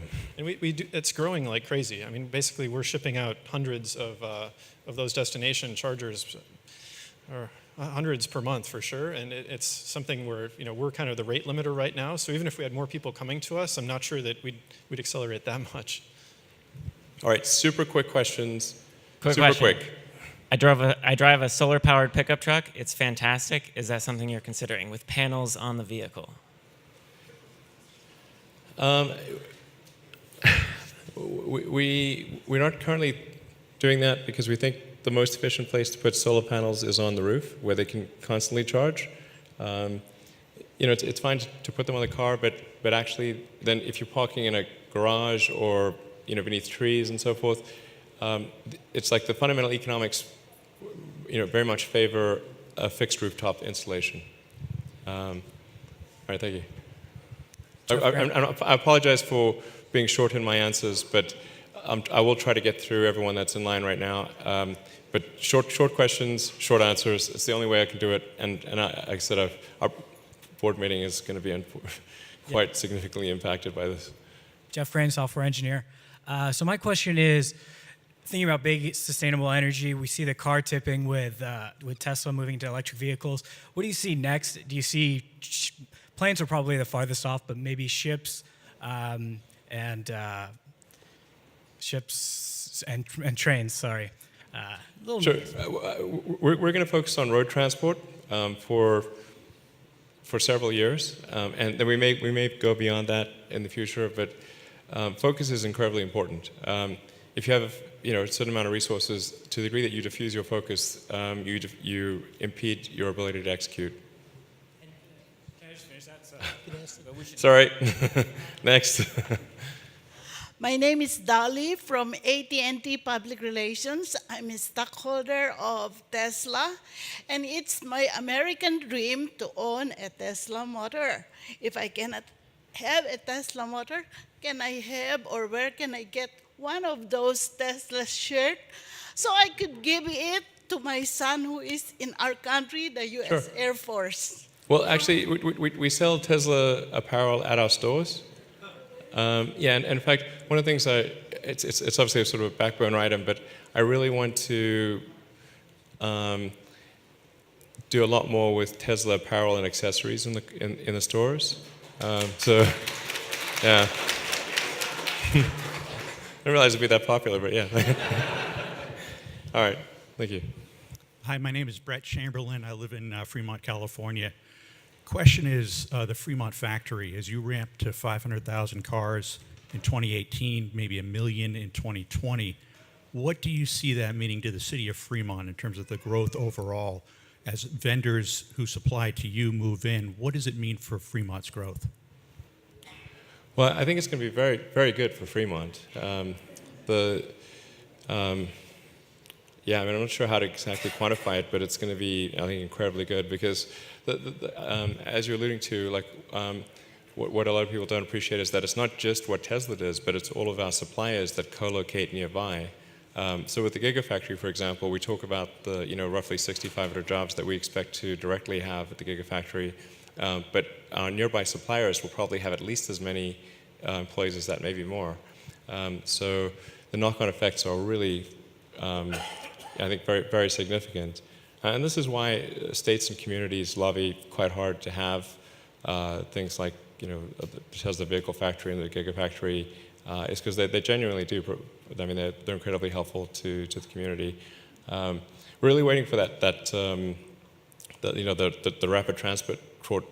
There's like a is it a BART thing or is it? Yeah, the BART. The BART station, which there's a BART station right next to the Fremont factory, which I think will be really helpful for improving road congestion and making it easy for employees to get to the factory and get home and that kind of thing.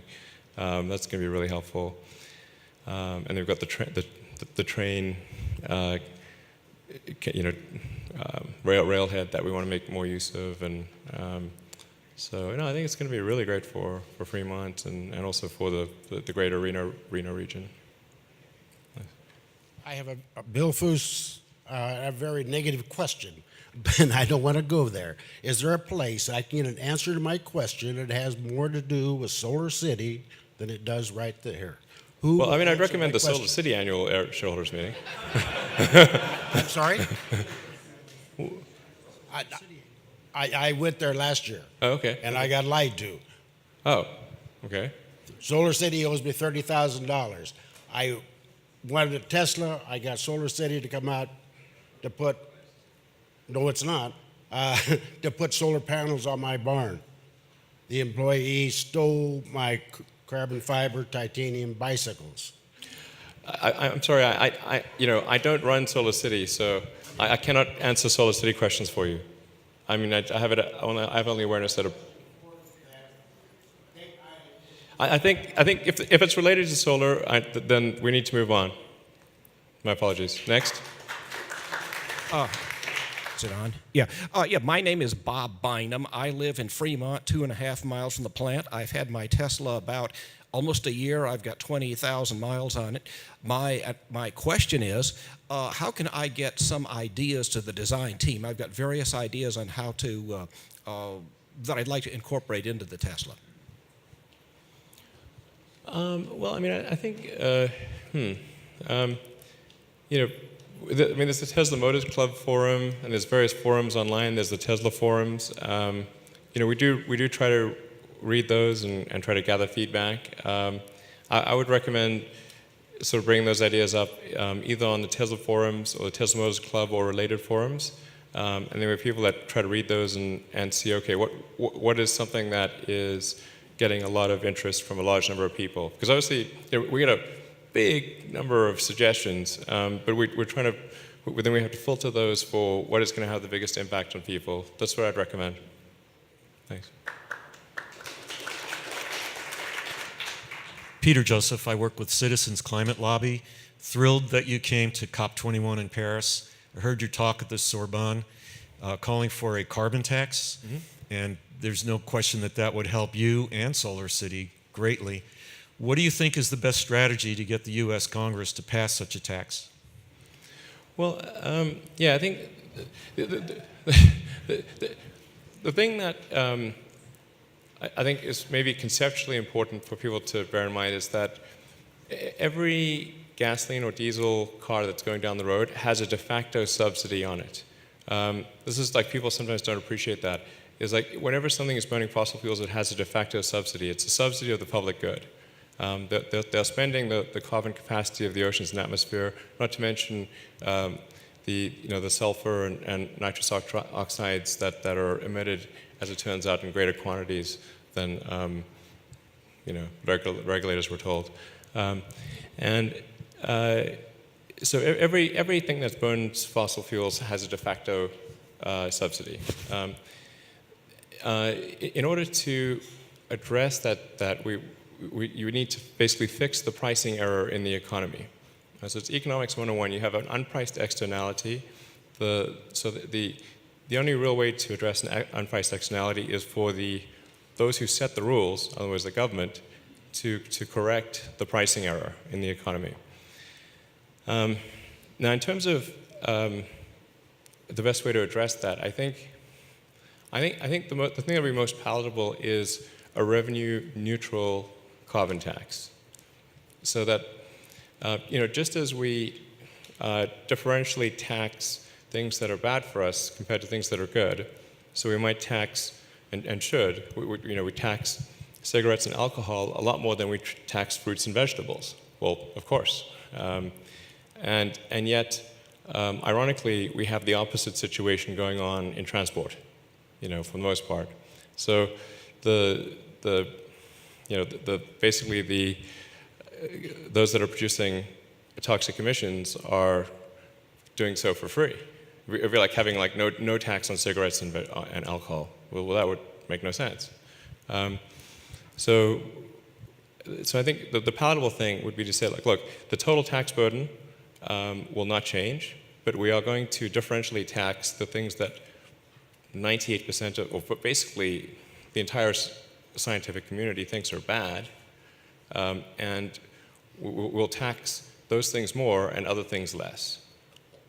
That seems like, but then that hopefully makes it less of a partisan issue, because then we're not increasing the size of government. We're simply adjusting what gets taxed versus not. And I think it's just common sense that you want to tax things where the overwhelming scientific opinion is that it's probably bad.